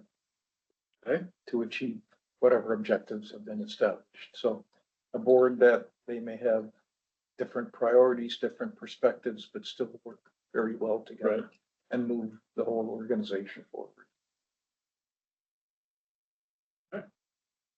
I wanted to go back just a little earlier. I think before you go, is it on the same topic? Well, board, but no. Go ahead. Well, what I was going to say is, in my experience, the very, very best governance bodies are groups that have people with different learned and lived experiences that they bring in, and therefore have a diversity of perspectives, but the ability to find common ground from all of those perspectives and a path forward. So the diversity, that tension, is what creates better decision making, but it's the cohesion that creates the momentum and the connection with each other. So I think both of those things can make a lot of sense. Well, so in looking forward, what kind of board do you want? I think some of those elements would play a role there. Right. The diversity. Yeah. I just wanted to go back and recognize that it is very hard for us to have influence on who our board members are, but we have in the past recommended people to go and apply for governor's appointees or Senate or Assembly appointees. We can continue to do that. And I think we heard earlier that, you know, trying to get tribal representation and even youth representation. It is, our board's very prescriptive about who, doesn't say how old they can be. So, you know, encouraging the governor's office or somebody to consider a youth candidate as well as a tribal candidate is something I think we can do and should do. So this is the thing that I'm going to tread on lightly because I understand the delicate situation, but I really want to support what you just said. I believe that in my experience, have a lot of experience where you have outside entities that name a person to serve on a board. Right? County commissions and city councils often get asked to do that. And more times than not, in my experience, they don't know who to name. They don't have a whole list of people that have said, hey, I'm so anxious to be on that list. So part of what I want to do is give them suggestions to say, you have all the people that you can identify. We're happy to help you think of them. But just so you know, here are a couple of folks that we know who've been active, who've been participating, who could be a good person for you to consider. And to me, to just seed the process without any expectation that you don't have decision authority, but you can have influence over it by making sure they have good choices. Because if they don't have good choices, they're not going to get a good person to serve on the board. So I think it seems like you already have that sort of relationship with the local entities that give you the kind of leadership you want. But I strongly support what you're saying about it can be relatively subtle, but it can be impactful to have some influence over who is at least in the pool of candidates that they're looking at, because that can have a big difference on it too. So for the governor appointees that is in place, that if you do have suggestions for any board members, you give those, because I'm part of that process where we interview board members. So if there ever is a case where you want to suggest someone, CNRI could work with you. Letitia is our brand new board member here for the first time today, and that was a vacancy that was vacant for close to 3 years. And one of the problems was we were struggling to come up with people. So I do think trying to bring the board into that discussion to come up with who do we think, who get everyone else involved in thinking about who would the best candidates be, and then promoting them as a board collectively, and even having maybe outside organizations support a nomination. Yeah. I do think that to the degree that you can communicate a message of inclusion, of openness, of willingness to engage, again, sets a tone that I think can be powerful. It goes far beyond just the recruiting process. Before we leave this, if I can just kind of flip the coin over to the other side for a minute. On the Delta Protection Commission, we struggle with quorum often. And we don't have that same problem here. No, we don't. And I don't know what the differentiator is, but as we're exploring this to kind of count our blessings, we do have pretty good board support and attendance and involvement. Yeah. And almost everything that's about quorum is not about quorum. So I think figuring out that with that organization's challenges, or I don't know exactly what they are, obviously, but it's really not, sometimes people say, well, let's change our quorum numbers. That's not the solution. It's how do we, people that aren't showing up, is it that we're not making it accessible for them? Do we not, usually it's not having the right people and not having the right message about what we expect of people before they agree to be on it is often the case. Let me shift to sort of externally. What are the things that we'd like to see as results of our work in 5 years? I'm going to give you another one of my favorite sort of lines, which is when we're doing conservation, conservationists can be held to live with, but we make great ancestors. So I like that notion, because what is it that we want people 3 or 4 or 5, 7 generations from now to say, those were great decisions. Those were great results. What are the things that we can be doing now that create that sort of generational outcome or impact? Are there specific markers or measures that we're already using that would be useful for us to sort of build on? I think that the one thing the Newsom administration and Secretary Laird, or Secretary Crowfoot. You back in the early days of John Layers? Time travel. Please don't bring John Layers. I mean, I think one of the great things that they've done is they've recognized the need to establish some really critical targets, right? So we have target 30 by 30, achieve 30% conservation by 2030. We have targets for how much of the peatland out in the Delta do we want to try to put water back on to stop subsidence. We have targets for outdoors for all. We have targets for natural working lands. And so I think that's been really helpful. And so I think one of our outcomes is to contribute significantly to those targets, particularly the more specific ones that are out there. And I'd love to see us be more come up with more, I don't know how to put it, but to me, that really runs smack into the lack of resources to do it, right? So how do you articulate that outcome that you want that's kind of nestled within these targets that the state has set up, but then isn't too aspirational, I guess. Yeah, again, some of this is going to get back to the degree that we actually can address and draw in additional resources. I mean, if it's a relatively small percentage of what we can get from external philanthropy to complement what comes through the bond funding, then we don't have a lot of flexibility to create contingent plans. But to the degree that there is a core set of funding and then there's some flexible funding, this concept of saying, what are the core things we're going to do? And then what are the things that we're going to do only if additional resources present themselves? And those can be resources that your partners bring, because you have lots of resources across your partners as well. That to me is the way that you make sure you can have an aspirational plan, but not an unrealistic implementation. So I don't know if you have anything that sort of does this. That's the jargon language that we use to distinguish between what can we do with existing resources and what can we do if additional resources are available. What's also very nice about that is when you start identifying what could be done with additional resources, that's perfect messaging for philanthropy. It's like, we can do what we can do, but this is what we can't do. It's really important. funders are like, oh, well, there's where we can come in. That's the part that we could possibly fill a gap in. So I do think those kinds of targets. But let me ask you this, and maybe you can start this, Campbell. Do you think that the target, not the numbers, but the categories we have, the things that we're measuring are the right things? Are there any changes or sort of evolution of what it is we choose to measure that you think we need to think about differently?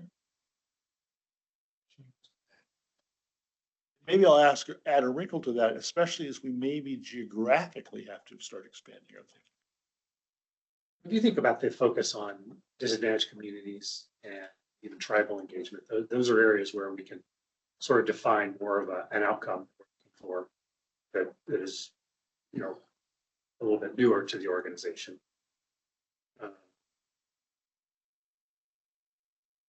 I might not be the best person to ask. I've been doing this 15 years. I think I'll jump on that grenade a little bit.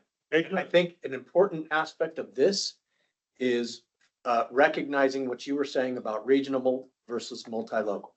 Because I think there are quantifiable measurements that somebody that doesn't even live in California or the United States can say, that's a good thing, I'm in support of that, you've done good work. And then there are also opportunities and threats relative to the legacy communities within the Delta. When you talk about economic insights of these once proud, once strong communities that are hanging on by a thread, I can run right down the river and name them for you. And so one is more of a KPI, a metric, there's numbers, and the other one is maybe more of a feeling of a cherished, it's intangible. Right. Community character is much less tangible than is economic impact, right? Yeah. So both qualitative and quantitative elements, and making sure that we have those qualitative components, which I think especially are going to be more relevant. That's sort of what they think about, because to some degree, I think local communities don't think as globally as we sometimes wish. That's the reason why it's good to have regional organizations. But they sure think about local impact. So that's where I think that comes from. But some of it is also a societal shift. And we got to get people back to that, the access to the desire. I mean, it used to be that the Delta was that was the destination. And now it's a pass through. And that pass through is just killing you.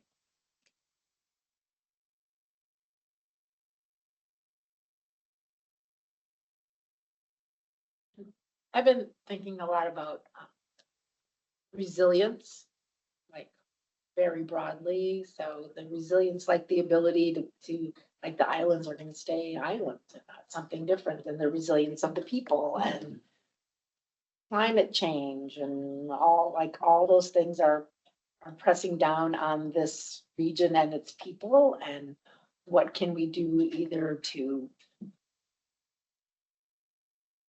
up doesn't seem like that, but to increase the resilience so that they can either adjust if need be, or find ways to be able to live in a new reality or be prepared for what changes are coming.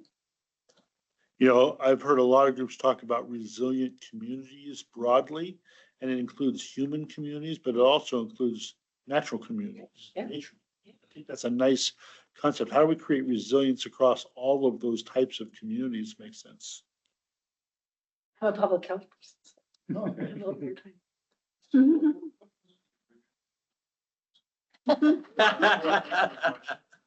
I'm trying to get to what are the measures of success that we want to have externally to our work. And I'm focusing in very specifically on, are there aspects of what, I think this idea of local versus regional impacts, how we might think of those differently. That's a nice piece of it. Yeah. No. Just something, hope it's relevant. Measures of success. I think it's really important for the board and the staff of the Delta Conservancy to be accountable for the grants, the monies that they hand out to different entities.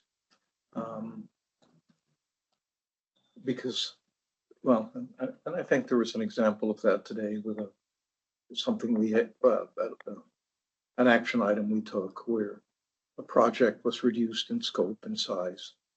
And in some of the activities, but it was really important that the outcome of the project be identified so we know the value of the project and If we're gonna change it, those outcomes are gonna change, right? that's right. And hold the project proponent accountable for still following through, even though it's not included in our scope to still follow through and do those things. Right, no, I like that. So as a measure of success, I would include account. That's from the board or the agency's perspective. Right, and I think accountability is one of the tools that reinforces and builds integrity, right? If we can be held accountable to what we say we're gonna do, that's what integrity really means. It's integral to what we do, so that's perfect. What else? Does anybody know our mission? I don't know, I can't, your website's down. No. Yeah, I'm trying to look it up, I'm trying to look on the wall or our tagline. Without everybody scrambling to their electronic devices, let me say that I would strongly encourage you to have a mission that every single person can memorize. No, that's what I'm like. If a mission statement is more than 22 words, it's really hard to memorize it. So I don't know right offhand what your mission. Do you have it memorized? I have it, but it's a mountain. All right, so I won't put anybody on the spot, but let's just say that in the next time we might gather, that would be a good thing for you to have. Let me give you one more thing. This is just an aside, but it's something we do a lot with board development. Is that I want to encourage you all as board members to develop what I call a personal story. A personal story is your personal why. And, you know, we can create a why for the strategic plan for why the Conservancy is important, but every single one of us has a slightly different reason for that's why, depending on how you're appointed, depending on who you reflect or represent. It could be that you have a more global perspective or a more local one. But what's really powerful is for people to have the ability to, when you're in a conversation, someone says, oh, so you're on the Conservancy board. What's that all about? And you have 4 minutes that you can say, this is what it's about. This is my why. It's especially valuable if you're fundraising, which I'm not saying is the reason why you would do it, but it's a very, very valuable way for relatability and being able to communicate externally. It's also a great internal culture builder. So that if you were all to develop your own personal story, one of the things that works out is let's take 15 minutes in one of our meetings and go through a couple of people's personal stories. And all of a sudden we're going to meet people and understand. So who are you? You're new and we've had a little bit, but tell me your why. If we all could share our why, it helps us align our values and a lot of other things. So it's a simple little tool that can be done pretty quickly in part of a meeting and can be built on over time that I think has extended benefits. So that's something to think about. I'm about ready to bring this to a close and see if there's sort of last call on the outcomes, and then I'm going to talk about next steps. So let me just see. One of the things I know is that some of the best ideas about all of these conversations we're having right now are going to happen in about an hour and a half. And so I do hope that I want to create an opportunity, not an obligation. But if there's additional ideas and additional perspectives that come up, I would love to gather them because this is, again, a rich moment in the whole process. And so if there's some ideas that come up in the next couple of days for you all that's consistent with the questions we've had, please find a way to get that information to me because I think it would be valuable. If you share that information in the next few days, that will be incredibly helpful. If you share it in the next few weeks, that'll be interesting. To the degree that we can make it helpful and not just interesting, that'd be great. Sort of last call on anything about we've talked about in terms of sort of the role we play and the unique positioning we have, the differentiators, the outcomes that we'd like to seek. Anything else about that?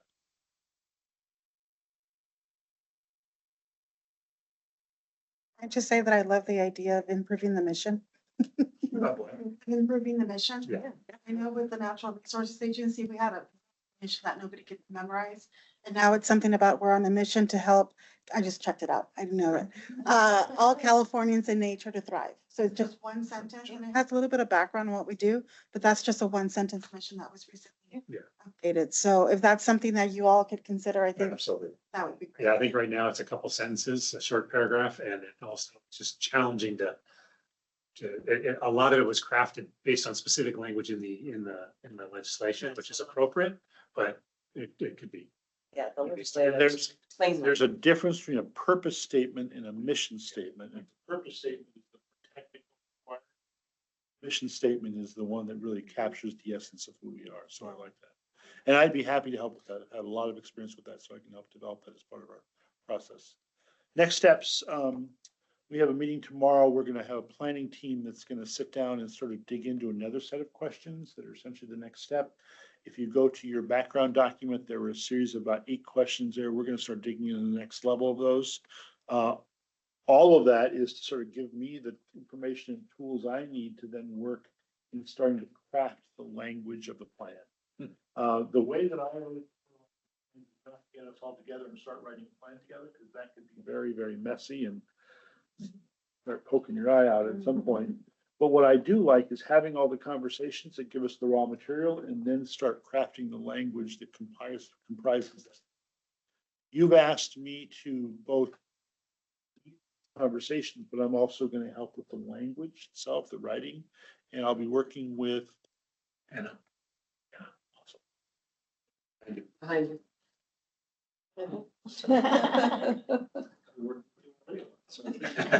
So we're going to be the principal authors. Our job is to try and reflect as many people as possible. There'll be an internal sort of resource for people to give feedback to. I'll be the same thing. Our challenge is to write to what people have said, rather than just what we think. So we'll see how we do with that. But I do expect that when we come up with the drafts, it'll be something that will absolutely benefit from your hard look and strong feedback. I expect we can get something between 85 and 95% right, but it will not be 100. And anything you can add to that will make it better. So we'll be doing all of that after our extended conversations tomorrow, and I hope to wrap this up pretty quickly. We don't have an end time right now, but I expect we can finish this in relatively short order, depending on the complexities that come out of tomorrow. A lot of it's also going to depend on what your final document's going to look like, what you want that to look like. Again, there's 3 levels of this plan: strategic direction, program strategy, and implementation. We're not going to try to write all 3 levels. We're really focused on the top part of that plan for right now. And so that's the part that we're going to help you all write for short term. So does that make sense? Any questions about that process and next steps?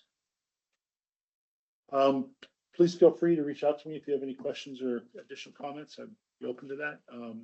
And thank you for letting me step into your meeting and have this time with you. Appreciate it very much.